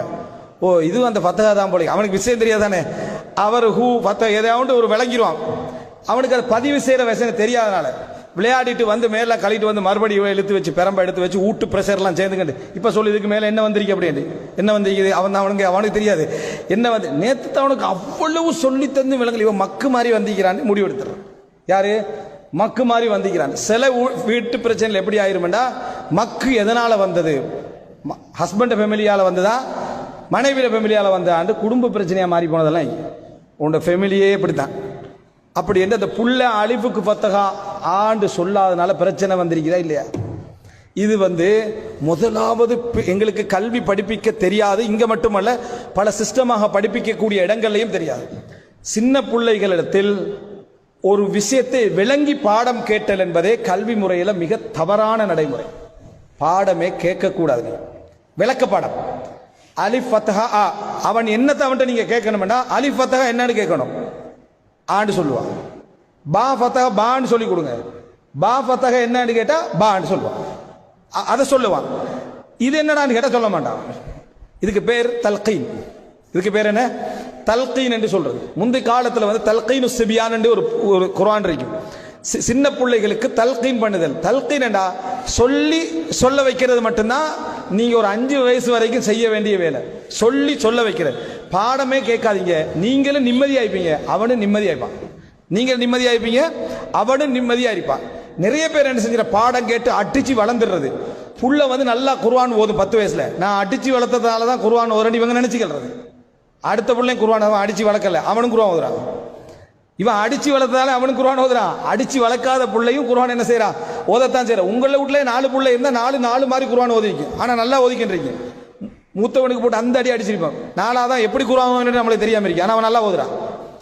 அடியால குர்ஆன் ஓதுறது நம்மளோட நம்பிக்கை. சாதாரண கண்டிப்பெல்லாம் இருக்கணும். ஆனா கல்வி என்றாலே அவனுக்கு கசக்கிற அளவுல அதை என்ன செய்யக்கூடாது, இருக்கக்கூடாது. தல்கீன் என்றது அந்த பிள்ளைக்கு சொல்லிக் கொடுக்க பாடமாகும். அதனாலதான் நீங்க பைஃபோஸாக சொல்லிக் கொடுக்காத எல்லா விஷயங்களும் அவனுக்கு அழகா பதியுது. கார்ட்டூன்ல போன விஷயங்கள், மற்ற விஷயங்களை எப்படி ஆக்ட் பண்றான்னு பாருங்க. அவன் எப்படி திருப்பி அந்த பாட்டை படிக்கிறான்னு பாருங்க. எப்படி திருப்பி சொல்ற காரணம் நீங்க படிச்சு கொடுக்கல. ஒரு அறிஞர், ஜோன் ஹோல்ட் என்ற அறிஞர் ஒரு புத்தகத்தில் எழுதுறாரு, தாய்மொழியை கற்பித்திருந்தால் பல குழந்தைகள் ஊமையாக மாறி இருக்கும். எப்படி பேச கற்பித்திருந்தால் இப்படித்தான், இதான் உம்மா நீ சொல்லு உம்மாண்டு, இதான் வாப்பா இது வாப்பாண்டு சொல்லு, இதான் தங்கச்சி என்று சொல்லேன்னு படிப்பிச்சிருந்தா பல குழந்தைகள் என்ன மாறிக்குமா? ஊமையா மாறிக்கும். நல்ல வேலை நாங்கள் மொழியை படிப்பிக்கல, தாய்மொழி யாரும் படிப்பிக்கிறல்லையே. அது அவனா கேட்டு படிச்சதுனால நல்ல முறையில் தாய்மொழியை பேசுறான். எந்த மொழியை படிப்பிச்சமோ அவன் போனான். அதுல எந்த மொழியை படிப்பிச்சமோ அது போன. அப்ப தாய்மொழியை நீங்கள் கற்பித்திருந்தால் பல குழந்தைகள் ஊமையாக மாறி இருக்கும். அப்ப எனவே புள்ள எப்படி படிக்கும் என்றால் லிஸ்னிங் தான். 2 வருஷத்துக்கு கேட்டுக்கிட்டு தான் இருக்கும். அதுக்கு பிறகுதான் ஸ்டார்ட் பண்ணி உம்மா ஆண்டு ஆரம்பிக்கும், வாப்பா ஆண்டு ஆரம்பிக்கும். என்றைக்கா கேட்டிக்கிறோமா? 2 வருஷம் படிச்சு உம்மா வாப்பா மட்டும்தான் சொல்றான். இவன்லாம் ஒரு அறிவா வருவானான்னு என்றைக்கா நம்ம கேட்டிக்கிறோமா? கேட்கல. ஆனா இதே இங்கிலீஷ் அல்லது சிங்களம் அல்லது அரபிக்கா இதை திருப்பி கேட்டுடுறோம். 2 மாசமா படிச்சு இவனுக்கு ஒழுங்கா ஒரு சொல்லு வருது இல்லை. தாய்மொழிக்கு கேட்காத கேள்வி அந்நிய மொழிக்கு என்ன செய்வோம்? கேட்போம். அப்ப முதலாவது நம்ம பிள்ளைக்கு படிப்பிக்கக்குள்ள இதுக்கு பின்னால பெரிய விளக்கங்கள்லாம் தேவையில்ல. படிப்பிக்கிற முறையை பத்தி நமக்கு பெருசா தெரியாது. அதனால எவ்வளவு வருதோ அவ்வளவுக்கு ஒரு முயற்சி எடுப்போம், அடிக்காம கஷ்டப்படுத்தாம முயற்சி எடுப்போம். எதிர்காலம் ரப்புடைய கையில, எதிர்காலம் ரப்புடைய கையில. அல்லாஹ் எங்களுக்கு முயற்சி எடுக்கிறான்னு தான் பார்க்கிறான். கல்வி அவன் கொடுப்பான், கல்வி அல்லாஹ் தஆலா என்ன செய்வான், கொடுப்பான். படிக்க தெரியாத மக்கள் எல்லாம் பெரும் பெரும் அறிஞர்களாக உருவாகியதெல்லாம் அந்த நிதானத்தன்மையான தாய்மார்கள் தான். நான் ஒரு ஸ்பீச் பேசுகிறேன், அறிஞர்களை உருவாக்கிய அன்னையர்கள் என்று. அறிஞர்களை உருவாக்கிய அன்னையர்கள் சாலா இதுங்க குரூப்புகள் இருந்தால் நான் லிங்க் அனுப்பி விடுறேன். அதில் நீங்க பாருங்க, ஒவ்வொரு தாய்மார், அறிஞர்களுடைய ஒவ்வொரு தாய்மார்களும் எப்படிப்பட்ட கவனத்தை செலுத்துறாங்க. கவலை இருக்கணும், கவனம் இருக்கணும், ஆசை இருக்கணும், துஆ இருக்கணும், பயம் இருக்கணும். ஆனா உங்களுடைய நடைமுறைகள் இப்படி இருக்கக்கூடாது, இந்த நடைமுறைகள் இருக்கக்கூடாது. கல்வி அப்படி லேச, இன்றைய காலத்தில் கல்வி ஒரு கஷ்டமே இல்லை, சிரமமே அல்ல. நீங்க எக்ஸாம்ல பாஸ் ஆக்க வைக்கிறது வேணும்டா கொஞ்சம் கஷ்டமா இருக்கலாம், ஆனா பிள்ளைகளுக்கு கல்வியை சேருவது இருக்குது அது சிரமமான ஒரு காரியமே இல்லை. மொழிகள் எல்லாம் இன்றைக்கு சர்வசாதாரணமா வரும். காலத்தில் இன்டர்நேஷனல் ஸ்கூல் போனா தான் இங்கிலீஷ் மீடியம் வந்துச்சு. ஆனா இன்றைக்கு பிள்ளைகள், சின்ன பிள்ளைகள் சர்வசாதாரணமாக என்ன செய்யுது, இந்த மீடியாக்களின் காரணமாக ஆங்கிலம் பேச ஆரம்பிச்சதெல்லாம் பார்க்கிறோம். கல்வியை சொல்றேன், அறிவை சொல்கிறேன். எனவே நீங்க படிப்பித்தல் என்று வருகிற நேரத்தில் நீங்க கவனம் செலுத்த வேண்டிய ஒரு கட்டம் இருக்கு. இந்த கல்வியில இன்னொரு பிரச்சனை என்ன அப்படி என்று சொன்னால், சிறிய வயதுல நிறைய மனநமிட கொடுக்கணும். ஆனா உங்களுக்கு பிள்ளையில விளங்கிரும், இந்த பிள்ளைக்கு மனன சக்தி இருக்கா இல்லையான்னு விளங்கிடும்.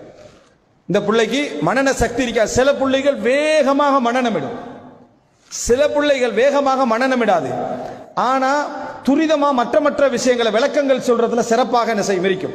இவனை கொண்டு போய் அங்க போட்டாலும் பிழை, அவர்களை கொண்டு வந்து இங்க கொண்டு வந்தாலும் பிழை. சமமாக நடத்துவதே பிழையான ஒரு நடைமுறை. ஆரம்ப கால அறிஞர்கிட்ட அப்படி இருக்கல, இன்றைக்கு சமமாக தான் நடத்துறாங்க. 10ஆம் ஆண்டு 11ஆம் ஆண்டு வரைக்கும் 9 பாடம் நீ கட்டாயம் படிச்சே ஆகணும், விளங்கினா விளங்கல. இதான் சமமாக நடத்துறன்றது. அது எப்படி 9 பாடம் ஒத்தனுக்கு வரும்? வராது. டீச்சரா உட்கார்ந்துட்டு ஒரு பாடத்துல தான் திறமையா வந்திருக்கிறார், அதனாலதான் ஒரு பாடம் படிப்பிக்கிறார். அவரே எல்லா பாடம் படிப்பிக்கலாமா? அவருக்கு இயலாது. அவர் ஒரு பாடத்துல திறமையா வரப்போய் தான் ஒரு பாடம் படிப்பிக்கிறார் அல்லது 2 பாடம் படிப்பிக்கிறார். இவர் தான் மெட்ஸ், இவர் தான் சயின்ஸ், இவர் தான் சோசியல், இவர் தான் ஹிஸ்டரி. யாராகிறாங்களா? இல்ல. ஏன்னா அவருக்கு ஒரு பாடத்துல தான் தேர்ச்சி. இவங்க மட்டும் எப்படி எல்லா பாடத்துல தேர்ச்சியா வருவாங்க? வர இயலாது. இவர்களால குறிப்பிட்ட பாடங்கள்ல அடிப்படைகளை கொடுக்கலாம். ஆனா இன்றைய கல்வி முறை என்ன செய்யுதுன்னா அப்படி வந்துட்டு. இன்றைய கல்வி முறை நான் இலங்கையை சொல்றேன், பின்லாந்து மற்ற முக்கியமான நாடுகள் எல்லாம் இல்ல வேற மாதிரி இருக்குது. இலங்கையுடைய கல்வி முறை, தமிழ்நாட்டு கல்வி முறைகளை சொல்றேன். அப்ப அதனால நீங்க பிள்ளைகளிடத்துல இந்த விஷயத்துல மிகவும் ஒரு கவனத்தை நீங்க என்ன செய்யுங்க, கொண்டு வாருங்கள். உங்களோட பிள்ளைகள்கிட்ட சில திறமைகளை அடையாளப்படும். ஆனா இதுல இன்னொரு கவலையான விஷயம், கல்வியுடைய விஷயத்துல பிள்ளைகளை நீங்க கவனிக்கிற இடமே தெரியுமா? 5 வயசு வரைக்கும் தான் கல்வியில. 5க்கு பிறகு பிஸ்மில்லா கொண்டு போய்த்து அந்த ஸ்கூல்ல விட்டா, அதுக்கு பிறகு மேக்சிமம் டீச்சர் மாற தலையில போடுறதுக்கு தான் நம்ம ரெடி ஆகிக்கிறோம். காலை அவ ஸ்கூல் போயிட்டு வந்தோடனே மிக வேகமாக வீட்டிலேருந்து இவனை காலி பண்ணி அடுத்த வகுப்புக்கு எப்படி அனுப்புறது அனுப்பிடுறது. அதுக்கு பிறகு மகரிபு கூட்டு வந்துட்டானா, இவனுக்கு என்ன செய்யறது, நைட் டியூஷன் ஏதாவது அனுப்பிடுவோண்டு அங்க அனுப்பிடுறது. இப்படியே அவனை நீங்க அனுப்பி வச்சுக்கிட்டே இருந்தீங்கன்னு சொன்னா புள்ள என்ன படிக்கிறான்னு உங்களுக்கு தெரியாது, என்ன படிக்கிறான்னு தெரியாது, என்ன செய்யறான்னு தெரியாது, எந்த இதுவும் தெரியாது, அவனுடைய கல்வி தரமே தெரியாது, மனதளவில் அவன் எவ்வளவு டேமேஜ் ஆகிறான் தெரியாது. எனவே உங்களுக்கு தொடர்பு, பிள்ளையுடைய கல்வியிலான தொடர்பு, அவன் இறுதி கட்டம் என்று நீங்க எதை நம்பி இருக்கிறீர்களோ அது முடியும் வரைக்கும் உங்களுக்கு தொடர்பு இருக்கணும். பார்க்கணும், கேட்கணும். விசாரணைக்கு கேட்கல, பார்க்கறாங்க கேட்கறாங்க. எப்படி தெரியுமா? எரிச்சலோட. அது எப்படின்னா உன்னோட புக்ஸ் எல்லாம் எடுத்துட்டு வான்றது, அது என்னமோ விசாரணை நடத்துற மாதிரி தான் அவனுக்கு எல்லாம் எடுத்துட்டு வான். திடீர்னு இவர் ஞானம் வருவாரு எல்லாம் பெறட்டுறது. அதாவது அவனை தட்டி அனுப்புறதுக்கு என்ன வழின்னு பார்க்கறது. இது ஒன்றும் எழுதி இல்லை, நீ எப்படி படிப்பேன் ஒரே ஒரு வீசு. அதாவது இவர் விசாரிச்சதாகவும் இருக்கணும், மனசுக்கு நிம்மதியாகவும் இருக்கணும், முடிச்சும் விடும். மிச்ச நேரம் விசாரிக்கிற பொறுமை இவருக்கு என்ன இல்லை. அப்படித்தான் அதிகமான பெற்றோர்கள் போய் கிடைக்கிறான். யாரும் பிள்ளைகளோட மனம் திறந்து கலந்து அவர்களுடைய பலகீனங்களை ஏற்றுக்கொண்டு, அது வரலையா கொஞ்சம் ட்ரை பண்ணி வராட்டி விட்டுட்டு இதை படி, இதுல ஒரு முயற்சி, உனக்கு இதுல திறமை இருக்குதானே அவனுடைய மனசுக்கேற்ப பேசுகின்ற பெற்றோர்கள் குறைவு. அப்படி சொன்னா அவன் பயன்படுத்தி வேற மாதிரி போயிடுவானே என்று நினைக்கிறான். நம்ம அதாவது அண்மை காலத்துல சவுதி அரேபியாவில் ஒரு சம்பவம். ஒரு புள்ளை ஃபர்ஸ்ட் வரக்கூடிய பிள்ளை, ஒரு புள்ளை ஃபர்ஸ்ட் வரக்கூடிய பிள்ளை, திறமையான 90க்கு எல்லாம் 90% மேல எடுக்கக்கூடிய பிள்ளை. இந்த புள்ளை ஒரு நினைக்கிறேன் ஒரு 10th அல்லது 9th கிரேட் அந்த பிள்ளைக்கு 2ஆவதோ 3ஆவதோ வந்துட்டு, வாப்பா உமா கொதிச்சு எழும்பிட்டான். 2வது 3வது என்றோடனே என்ன இந்த பிள்ளையோட எதிர்காலம் என்னத்துக்கு ஆகுறேன்னு குழம்பி போய் அந்த டீச்சருக்கு, அந்த உம்மா பாப்பாவுக்கு தெரியும் ஏன் இது குறைஞ்சிருப்பாண்டு. அங்க ஒரு ஸ்போர்ட்ஸ் டீச்சர் இந்த பிள்ளைக்கு நல்ல ஸ்போர்ட்ஸில் விருப்பம், அந்த டீச்சரோட இந்த புள்ள நல்லா என்ன செஞ்சுட்டு அட்டாச்மெண்ட் ஆகிட்டு, அதனால ஃபுட்பால்ல எதுலையோ ஒரு கொஞ்சம் நல்ல ஈடுபாடு ஆகிட்டு. அப்போ அந்த ஈடுபாடு ஆகின அந்த புள்ள அதில் கொஞ்சம் ஈடுபாடு கூட போய் தான் இதில் கொஞ்சம் குறைஞ்சிருக்கேன் நேர அந்த புள்ளையை எழுத்துக்கண்டே ஸ்கூலுக்கு போகிறான். ஸ்கூலுக்கு போன இந்த பெற்றோர்களுடைய அதீத கவனம் இருக்கிற பிள்ளைகள் எல்லா பிள்ளைகளும் தாங்குற சக்தியில் ஈக்காது. ஒரு மனபயம் சில பிள்ளைகளுக்கு ஏற்பட்டுரும். அப்போ அந்த புள்ள வந்து நடுங்கிக்கிட்டே இருக்கு, என்ன நடக்க போகுது, சேர் வரைக்கும் வந்துட்டார் இவர், ஆசிரியர் வரைக்கும் என்ன நடக்க போகுது. இவர் வந்து அந்த சச்சரவோட இருக்கிறார், யாரோட, அந்த சேரோட. கொஞ்ச நேரத்தில் புள்ளைய காண, புள்ளைய தேடுறாங்க. தேடி பார்த்தால் அந்த புள்ள ஒரு இடத்துல இருந்து மேலிருந்து கீழே விழுந்து தற்கொலை, இறந்து போயிட்டு. புள்ள தற்கொலை செய்ய சான்ஸ் இல்லை. ஆனால் இந்த புள்ள ஒரு நடுக்கத்திலேயோ பயத்திலேயோ மேலுக்கு போயிருக்கலாம். அந்த பதட்டம் அந்த புள்ளை என்ன செஞ்சிருக்கும், கீழே விழுத்தட்டிருக்கும், புள்ளையோட உயிர் போயிட்டு. இது கிட்டத்தட்ட ஒரு 15 வருஷத்துக்குள்ள நடந்த ஒரு சம்பவம். இப்ப இந்த பெற்றோருடைய அதி உச்ச ஆசை அதிரிக்கும், என்ன புள்ள படிக்காட்டியும் பரவாயில்ல, உசுரோட எனக்கு கிடைச்சா போதும் தானே இருக்கும் ஒரு தாய் தந்தையாக. ஏன் இப்படிப்பட்ட ஒரு அதீத கவனம் நம்ம எடுக்கணும்? இதுதான் எதிர்காலம் என்று நாங்களாக வைத்துக்கொண்டு கவனத்தை நம்ம ஏன் எடுக்கணும்? இங்குள்ள எத்தனையோ பெற்றோர்கள் இதே மாதிரி கவனம் எடுத்து A லெவல் வரைக்கும் படித்து அதை விட படித்து வந்தவங்க இருக்கிறாங்க. ஆனால் நம்ம படித்ததில் என்ன பிரயோசனத்தை பெருசாக கண்டோம் என்று கேட்கக்கூடிய நிறைய கேள்வியோடு இருக்கக்கூடிய பெற்றோர்களும் இருக்கிறாங்களா இல்லையா? இருக்கிறாங்க. அப்போ நமது கல்வி என்பது நம்மளை சிந்தனைக்கு திறமையாக்க, அறிவாளியாக்க, நம்ம ஒரு கல்ச்சர்டான ஒரு மனிதராக ஆக்க உதவணும், அது ஓகே. ஆனால் எல்லை காணாமல் ஒரு விதமான ஒரு அதீத கவனம், இப்படி பல உயிரிழப்புகளை நம்ம இந்தியாவில் எத்தனை சம்பவம் கேள்விப்படுறோம். நீட் எக்ஸாமில் ஃபெயில் ஆகினதுனால என்ன மரணித்த பிள்ளைகளுடைய சம்பவம், ஒரு மார்க்ஸ் குறைஞ்சதுனால, எடுபடாதனால எத்தனை பிள்ளைகளுடைய இழப்பு. இன்றைக்கு அது போன்ற இழப்புக்கு நமது பிள்ளைகளுக்கு ஏற்படாமல் இருக்க வேண்டும் என்றால் நமது கல்வியிலான கவனம் அவனது திறமையோடு ஒத்து போகணும். அவனுக்கு எவ்வளோ திறமை இருக்குதோ அந்த அளவு கொடுங்க. அந்த திறமை இல்லைண்டா நிச்சயமாக சத்தியமாக அல்லாஹ் ரப்புல் ஆலமீன் அவனுக்கு இன்னொரு திறமை வச்சிருப்பான், அதுல சந்தேகமே இல்லை. அல்லாஹ் நீதியானவன். ஒரு திறமை இல்லாது விட்டால் இன்னொரு திறமை அல்லாஹ் ரப்புல் ஆலமீன் செஞ்சிருப்பான், வைத்துத்தான் இருப்பான். அந்த திறமை அடையாளம் காண்றதுக்குரிய கல்வி முறையில் நாங்க இல்லை. ஆனா வெளி உலகத்தில் பல மேற்கத்திய நாடுகள் அந்த கல்வி முறை இருக்குது. ஒரு பிள்ளையுடைய திறமையை கண்டு அதற்கேற்ற துறையில் என்ன அந்த பிள்ளையை கொண்டு போவதற்கான பிராக்டிக்கலான கல்வி முறை. எத்தனையோ பிள்ளைகளுக்கு சிஸ்டத்தை வரைய தெரியாது, சொல்ல தெரியாது, ஆனா அதை செய்ய தெரியும். அதை செஞ்சு கொண்டு வந்து வெளிவர கொண்டு வந்து வைக்க தெரியும். ஆனா அதை வெளியெடுக்கிறதுக்கான திறமை நம்மகிட்ட என்ன, அதுக்கான சிஸ்டம் நம்மகிட்ட இல்லாமல் இருக்கலாம். அதனால எந்த பிள்ளைகளாக இருக்கலாம், அவர்களுடைய கல்வி விஷயத்தில் எங்களுடைய கவனம் மறுமையை தாண்டிய கவனமாக என்ன செய்யக்கூடாது, இருக்கக்கூடாது. மார்க்கத்தை தாண்டிய கவனமாக இருக்கக்கூடாது.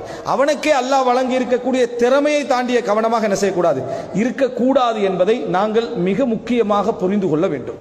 இது இன்றைய கல்வி சவால் அதிகரிப்பதற்கான காரணம் நம்முடைய சிலபஸும் அவ்வளவு அதிகமாக இருக்குது. நம்மளுடைய சிலபஸ்களும் நிறைய, எல்லாத்தையும் படிக்கணும், எல்லாத்தையும் படிக்கணும், ஒரு பெரும் படிப்பாக என்ன செய்யறாங்க, படிப்புடைய வகைகளையும் அதிகப்படுத்திட்டாங்க. அதிகப்படுத்திட்டனால மார்க்க படிப்பு என்பது கூட, அல்லாஹ்வுடைய தீனை படிக்கிற படிப்பு என்பது கூட அப்படி ஒரு போற போக்குள்ள மூளையால படிச்சுட்டு போற மாதிரி தான் என்ன செஞ்சுட்டு ஆகிட்டே தவிர ஒரு பிரதானமான படிப்பாக அதை என்ன செய்யவில்லை, ஆகவில்லை என்பதை நம்ம தெரிந்து கொள்ள வேண்டும். அடுத்ததாக கடைசியாக இந்த கல்வியோடு சம்பந்தப்பட்ட விஷயத்தில் இன்னொன்றையும் சொல்லுகிறேன். நம்ம சந்தித்துக் கொண்டிருக்கக்கூடிய ஒரு விஷயம், நமது பிள்ளைகளுடைய சிந்தனையில ஏற்படுத்தியிருக்கக்கூடிய இந்த கல்வி என்று படிக்கிறோமே, இதுல 75% மார்க்கம் அங்கீகரிக்காதவைகள். ஆனா நம்ம ஒரு சிஸ்டத்துக்காக, ஒரு சிலபஸுக்காக, ஒரு தொழிலுக்காக அந்த பாதையில் என்ன செய்றோம், போறோம். மற்றபடி இன்னும் இலங்கை இன்னும் ஒரு 10-20 வருடங்கள்ல நம்ம அருவருக்கத்தக்க, நம்ம ஏற்றுக்கொள்ளாத, எங்கள் கலாச்சாரம் அங்கீகரிக்காத கல்வி முறைகளை சந்திக்கும். அதை நீங்க பாத்துங்க. 20 வருஷமெல்லாம் கூடுதல், ஒரு 10 வருஷத்துக்குள்ள என்ன செய்யும், சந்திக்கும். இந்த கல்வி முறையில் இருக்கக்கூடிய இன்றைக்கு இங்க மட்டுமல்ல, உலகத்தில் எல்லா இடத்திலையும் மார்க்கம் என்று தழுவி இருக்கக்கூடிய இடங்களை தவிர இருக்கக்கூடிய எல்லா கல்வி முறைகளும் நமது மார்க்கத்தை அப்படியே கடத்தி எடுத்துட்டு போகக்கூடிய அமைப்பிலான சிலபஸ்களை தான் படிச்சுட்டு இருக்கிறோம். ஆனா புள்ள எப்படி படிக்குதுன்னா வகி மாதிரி படிச்சுட்டு, சிலபஸ்ல ஒன்று எழுதப்பட்டா அது 100% உண்மை என்ற அடிப்படையில் பிள்ளைகள் என்ன செய்கிறது, படித்துக் கொண்டிருக்கிறது. ஆனா நிறைய விஷயங்கள் மார்க்கத்துக்கு முரணான, சிந்தனைக்கு முரணான, பொருத்தமில்லாத, போலியான, தேவையில்லாத சப்ஜெக்டுகளும் நிறைய என்ன உண்டு என்பதில் எல்லின் முனை அளவிலும் சந்தேகம் இல்லை. அடுத்தது, இந்த பாடங்கள் எல்லாமே நம்மையும் மார்க்கத்தையும் பிரிக்கின்ற அமைப்பில் தான் இந்த பாடங்கள் எல்லாம் என்ன செய்யுது இருக்குது. நீங்க பிள்ளைகளை கூப்பிட்டு சொல்லுங்க, உங்க உலக தலைவர்கள் 3 பேர பேரை சொல்லு, உலகத்தை ஆண்ட 3 பேர் உலகத்தில் சர்வதேச தாக்கம் செலுத்திய 3 பேர் பேரை சொல்லு அப்படி என்று சொன்னா அந்த புள்ள ஏதாவது ஒன்று சொல்ல அலெக்சாண்டர் என்றும் அல்லது எனது நெப்போலியன் என்று சொல்லுவான் அல்ல இப்படி ஏதாவது ஒரு தலைப்பில் ஒரு பேரை சொல்லுவான். மார்க்க உலகத்திலே அதாவது மார்க்கத்துடைய தலைவர்கள் இஸ்லாமிய மார்க்கத்துடைய தலைவர்கள் சொன்னா அபூபக்கர் அல்லாஹ் உமர் ரலியல்லாஹு அன்ஹு உஸ்மான் எல்லாம் சொல்லுவாங்க. இந்த 3 பேரும் சந்திர மண்டலத்தில் இருந்தாங்க. இந்த 3 பேரும் அபூபக்கர் எல்லாம் உமர் ரலியல்லாஹு உஸ்மான் சந்திர மண்டலத்தில் இருந்தாங்க. இந்த உலகத்தில் தான் இருந்தாங்க. அவங்க உலகத்தில் தாக்கம் செலுத்தலையா? தாக்கம் செலுத்தினாங்க. முஆவியா ரலியல்லாஹு அன்ஹு, உமர் பின் அப்துல் அசீஸ், அப்பாசிய ஹிலாபத், உமையா ஹிலாபத், உஸ்மானிய ஹிலாபத் எல்லாம் உலகத்தை ஆண்ட அமைப்பு. ஆனால் அவன் இஸ்லாம் புத்தகத்தெல்லாம் படிப்பாங்க. அது எதில் படிப்பா? மார்க்க புத்தகம், இஸ்லாம் புத்தகம், அதில் படிப்பான். இதை உலக விஷயத்தில் படிப்பான். ஆனால் அது உலக விஷயம் தானே. 1400 வருஷங்களாக ஆண்ட சமுதாயம் முஸ்லிம் சமுதாயம். மத்திய ஆசியாவிலிருந்து தென் ஆப்பிரிக்கா அது போல என்ன ஸ்பெயின் வரைக்கும் ஆண்ட சமுதாயம் முஸ்லிம் சமுதாயம். அந்த மாதிரி ஒரு சமுதாயம் உலகத்தில் ஆளல. அவ்வளோ பரந்த நிலப்பரப்ப 1400 வருடங்களாக ஆண்ட சிலபஸ் எதில் படிக்கிறோம்? இஸ்லாமிய புத்தகம். பாடம் எத்தனாவது பாடம்? 11வது பாடம், 9வது பாடம். அதில் அரவாசில் வெள்ளடிச்சு அனுப்பி விட்டுருவாங்க. இன்றைக்கு அதுதான் சரியா, அதை அனுப்பி விட்டுருவாங்க. அதில் தான் நம்மளோட பிள்ளைகள் அதை படிக்குது. ஆனால் உலக தலைவர்கள் யார்? அலெக்சாண்டர்லேருந்து இந்த மாதிரியான ஏதாவது நெப்போலியன் அப்படி இப்படி விளங்கிட்டா இந்த மாதிரியான விஷயங்கள் பிள்ளை கூட்டப்படுது. அப்படின்னா நமக்கே தெரியுது, நம்ம பிரித்து வச்சுக்கிறோம். சட்டப்படி பார்த்தா ஹிஸ்டரி புக்கில் எது வரணும்? அபூபக்கர் ரலியல்லாஹு வரணும், உமர் ரலியல்லாஹு வரணும், முஆவியா ரலியல்லாஹு வரணும், உமர் பின் அப்துல் அசீஸ் வரணும், விளங்கிட்டா. அதே போல என்ன அப்துல் ஹமீத் வரணும், அப்துல் மஜீத் வரணும், இவங்கெல்லாம் வரணும். ஏன்னா அவங்க உலகத்தை ஆண்ட தீர்மானித்த மிக முக்கியமான தலைவர்கள் உண்டு. ஆனா அதை நாங்கள் அதில் படிக்கிறது இல்லை. காரணம், எங்களோட சிலபஸ் வேறாதான், பிள்ளைகளுடைய சிந்தனையே வேறதான். மிம்பர்ல பயான் எப்படி கேட்போம்? ஆதம் அலைஹிஸ்ஸலாம் முதல் மனிதர், அவருக்கு அல்லாஹ் பெயர்களை எல்லாம் கற்பித்தான், நூஹ் அலைஹிஸ்ஸலாம் கப்பல் கட்டினார்னு மிம்பர்ல படிச்சிடும். ஸ்கூல் புத்தகத்தில் சுட்டாட கல்வி, வரலாற்று கல்வி, பெண்ணென்ன பேர் தெரியாது, அதுல எப்படி வருமாண்டா, மனிதன் ஆரம்பமாக என்ன குகைக்குள்ள இருந்தான், பிறகு கொஞ்சம் கொஞ்சமா கல்லை தட்டி நெருப்பு வந்தான். இந்த மனுஷன் யாரு? அந்த மனுஷன் யாரு? ஆதம் அலைஹிஸ்ஸலாம் யாரு? இந்த குகைக்குழிந்து வந்தவன் யாரு? இது எங்க படிச்சுட்டு? அப்ப இது என்ன? இது இஸ்லாம் புக்ல படிக்கிறோம், அதை உலக சிலபஸ்ல படிக்கிறோம். ரெண்டும் உலகத்துல தான் இருக்குது. அப்ப யார் முதல் மனிதன்? குகைவாசியா இவரா ஆதம் அலைஹிஸ்ஸலாமா? அப்படி என்றால் இஸ்லாம் எங்களுக்கு சொல்லித்தரக்கூடிய வரலாறு சிறப்பான மனித சமுதாயத்துடைய கண்ணியமான வரலாறு. ஆதம் அலைஹிஸ்ஸலாத்திலிருந்து கல்வியோட படிப்போட இந்த உலகத்துக்கு வாராரு. அதுக்கு பிறகு நூஹ் அலைஹிஸ்ஸலாம் போன்றவர்கள் கப்பல் கட்டி அந்த சமுதாயத்தில் நாகரிகத்திலே தொழில்நுட்ப வளர்ச்சியிலே மேலுக்கு இருக்கிறாரு. இந்த மாதிரி இடத்தை இஸ்லாம் எங்களுக்கு சொல்லி தருது. இந்த சிலபஸ்ல என்ன நினைக்க, குகைக்குள் இருந்துட்டு நெருப்பு தெரியாம கல்லை தட்டிக்கண்டு துண்டை கட்டிக்கண்டு ஒரு மனிதர் வாழ்ந்தார். இதே படிக்கிறான், அதே படிக்கிறான். இது பள்ளிக்குள்ள, அது ஸ்கூலுக்குள்ள. இப்படி வளர்ந்தா எப்படி இருக்கும்? இதுதான் எங்களுடைய சிலபஸ் உடைய பிரச்சனைகள்ல உண்டு. இது போன்ற எத்தனையோ விஷயங்கள் அவனுடைய வரலாறு என்றும் அவனுடைய சிலபஸ் என்றும் இந்த குழந்தைகளும் பிள்ளைகளும் படித்துக் கொண்டிருக்கு. பெற்றோர்கள் அதில் பெரிய கவனம் என்ன செய்வதில்லை, செலுத்துவதில்லை. இன்றைக்கு எப்படி பிள்ளைகளுடைய அதிகமான முறை மாறிட்டா, தொழுகின்ற நாஸ்திகனாக, தொழுகிற எல்லாம் இருக்குது. ஆனா உள்ளுக்க கோர் ஃபுல்லாவே இந்த சிலபஸாக என்ன செய்து இருந்து கொண்டிருக்கிறது. அவசரமாக காலையில் முஸ்லீமாகவும் மாலையில் காபிராகவும் மாறக்கூடிய அமைப்பிலான ஒரு முறைக்கு என்ன செய்யறான், மாறிக்கொண்டிருப்பதை நம்ம பார்க்கிறோம். எனவே நம்ம மிகவும் கவனமாக இருக்க வேண்டும். பெற்றோர்களாகிய நாம் நம்மளோட பிள்ளைகளுடைய விஷயத்தில் கவனம் செலுத்துவதில் நான் முத்தாய்ப்பா ஒரு 5 விஷயம் திருப்பி சொல்றேன். முதலாவது, ஆழ்மனதால குழந்தைக்கும் குடும்பத்துக்கும் பிரார்த்தனைகள், குழந்தைக்கும் குடும்பத்துக்குமான பிரார்த்தனைகள் எப்படி? ஏன்னா எங்களுக்கு இந்த விளக்கங்கள்லாம் கிடைச்சி மாறி நம்ம செய்வதற்கு மேலாக ரப்பு எனக்கு தௌஃபீக் செஞ்சிட்டாண்டா எல்லாம் போதுமே. அதனால எல்லாவற்றுக்கும் மேலாக பிரார்த்தனை. அல்லாஹ்விடத்தில் துஆக்கள் நிறைய கேட்டுக்கண்டே இருங்க. ரப்பு ஒரு நாள் துஆவை வீணாக்குவதில்லை. நம்ம கேட்டுட்டோம்னா அல்லாஹ் கபூல் செஞ்சிட்டான்னு அர்த்தம். ஆனா அது எப்போ உங்களுக்கு வெளிப்படும் தெரியாது. அதனால நம்ம அடிக்கடி அல்லாஹ்விடத்தில் துஆ செய்யக்கூடியவர்களாக, துஆ தான் வாழ்க்கை என்பதாக நம்ம இருக்க வேண்டும். முதலாவது. இரண்டாவது, நம்மை சுற்றியுள்ள நவீன சவால்கள் நிறைய உண்டு. நாம் விளங்குவதெல்லாம் விளக்கம் அல்ல, நமக்கு வருவதெல்லாம் உண்மையான தகவலும் அல்ல. எல்லாம் உண்மையான வடிவத்தில் போலிகள் எமக்கு என்ன செய்கின்றன, தரப்படுகின்றன. யாரோ நம்மளை வெளியிருந்து தகவல் இயக்கங்களை செய்து கொண்டிருக்கிறார்கள். அதனால் நாம சில விஷயங்களை தலைகீழாக என்ன செய்கிறோம், எல்லாவற்றையும் இல்லாது விட்டாலும் நிறைய விஷயங்களை தலைகீழாக விளங்கி இருக்கிறோம். எல்லா தகவல்களையும் நம்ப வேண்டாம் என்ற இடத்துல நாம் என்ன செய்யணும், எப்பொழுதுமே இருந்து கொள்ளணும். ஏதாவது நம்பிய தகவல்கள் இருந்தால் துறை தேர்ந்தவர்களிடத்தில் ஒரு 4-5 பேர்கிட்ட கேட்டு உறுதிப்படுத்தின பின்னால் அதில் நம்ம முடிவெடுக்க பழகுவது நம்முடைய இரண்டாவது கடமை. மூன்றாவது அம்சம், நம்மை சுற்றியுள்ள நவீன வடிவங்கள் என்று நமக்கு எதெல்லாம் கிடைக்குதோ அதெல்லாம் எங்களோட பிள்ளைகள் பழக வேண்டும், அதில் ஈடுபட வேண்டும்.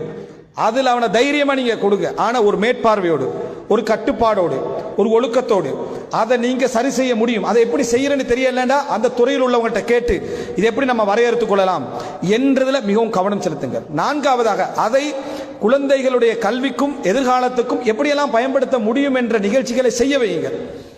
அதுல நான் எப்படி பயன்படுத்தலாம் பிள்ளைகளை என்ன இதுக்குள்ள ஈடுபடுறது நிச்சயம். அப்ப எது நல்ல முறையில் எப்படி என்ன செய்யலாம் பயன்படுத்தலாம், அவைகளை நாம் எப்படி தெரிந்திருப்பது என்கின்ற போன்ற அந்த இடத்திற்கு நம்ம வர வேண்டும். ஐந்தாவதாக கல்வி என்று நம்ம கொடுக்கப்படுற நேரத்தில் நம்மளை சூழ உள்ள கல்விகள் எல்லாமே பலவிதமான மார்க்கத்துக்கு முரணான இன்னும் அந்நிய சிந்தனைகளால் செல்வாக்கு எங்களையே கெடுக்கணும் போடல, ஆனா அவர்களுடைய சிந்தனை அதுதான். அப்படி போடப்பட்ட சிலபஸ்கள் தான் நமக்கு முன்னால் இருந்து கொண்டிருக்கின்றன. பிள்ளைகளுடைய அறிவு வளர்ச்சியில் அது பெரும் செல்வாக்கு செலுத்தல, தொழிலுக்கு அது என்ன செய்யுது மிகவும் உதவுது, தொழில் கல்விக்கு உதவுதே தவிர அவர்களுடைய கல்ச்சர் ஆன நல்ல மார்க்க விழுமியங்களோட உலகத்தை புரிஞ்ச நுட்பத்துக்கு அது உதவல்ல. அந்த கல்வி விஷயத்தில் பிள்ளையுடைய திறமைக்கேற்ப கவனம் செலுத்த நம்ம பழகணும். அதில் உள்ள நவீன சதிகளையும் புரிந்து பிள்ளைகளுடைய திறமைக்கு ஏற்ப அந்த கல்விகளை கொடுப்பதற்கு பழக வேண்டும். ஒரு பிள்ளைக்கு எடுபடவில்லை, 4-5 முறை ட்ரை பண்றீங்க, சரி வரவில்லை என்றால் அதை எப்படியாவது கொடுத்தால் தான் அவனுடைய ஃபியூச்சர் உண்டு என்று சொல்கின்றவர்களை நீங்கள் நம்ப வேண்டாம். அது போய் இவன் ஃபியூச்சர் இதுதான் அப்படி என்று சொல்லி படிக்கின்ற எல்லாமே, அதுவும் இன்றைய காலத்தில் அது மிகவும் பெரிய போய். என்ன காரணம்டா, 4 வருஷத்துக்கு ஒருக்க எல்லா டெக்னாலஜியும் மாறுது. 4 வருஷத்துக்கு முன்னால ஒரு விஷயத்தை சிறப்பா படிச்சுக்கிறான், அது 4 வருஷத்துக்கு பிறகு அவனுக்கு பேசிக் ஆகிறது, அது எந்த விதமான பிரயோசனம் இல்லை என்று ஆகிறது. அந்த லெவலுக்கு ஆயிடுது. எல்லாருக்கும் தெரியும், ஒரு 30-40 வருஷத்துக்கு முன்னால் எஸ்எஸ்சி என்று இருந்துச்சு இந்த ஜிசி ஓ லெவலுக்கு, அப்ப அதுதான் ஹை லெவல். இப்ப அது ஓ லெவல் ஆயிட்டு, விளங்கிட்டா, ஆர்டினரி லெவல் ஆயிட்டார். இந்த லெவலுக்கு அது கொண்டு வந்துட்டாங்களா. இப்படித்தான் ஒவ்வொரு காலகட்டத்திலும் கல்வி முறைகள் என்ன செய்ய மாற்றம் ஏற்படும். இதுதான் ஃபியூச்சர் என்று அடிச்சு சொல்றதே நம்ம வேணாம். ஃபியூச்சர் அல்லாவுடைய கையில, எதிர்காலம் அல்லாவுடைய கையில இருக்கிறது. எங்களால் எங்களோட பிள்ளைக்கு என்ன இயலுமோ அல்லது அவனுக்கு என்ன திறமை இருக்குதோ அதுக்கேற்ப விஷயங்களை கொடுக்க பழங்கள். இதுல என் பிள்ளைக்கு அது வரலேண்டா அது தோல்வி என்று நீங்கள் நம்பவே வேண்டாம். அது தோல்வி எல்லாம் என் பிள்ளைக்கு அது என்ன, அது செட் ஆகல, அவ்வளவுதான். எனது பிள்ளைக்கு ஒரு திறமை இருக்கும், நிச்சயமாக ஒவ்வொரு பிள்ளைக்கும் ஒவ்வொரு திறமைக்கு. ஃபெயில் என்ற கலாச்சாரமே பிழை. அந்த நடை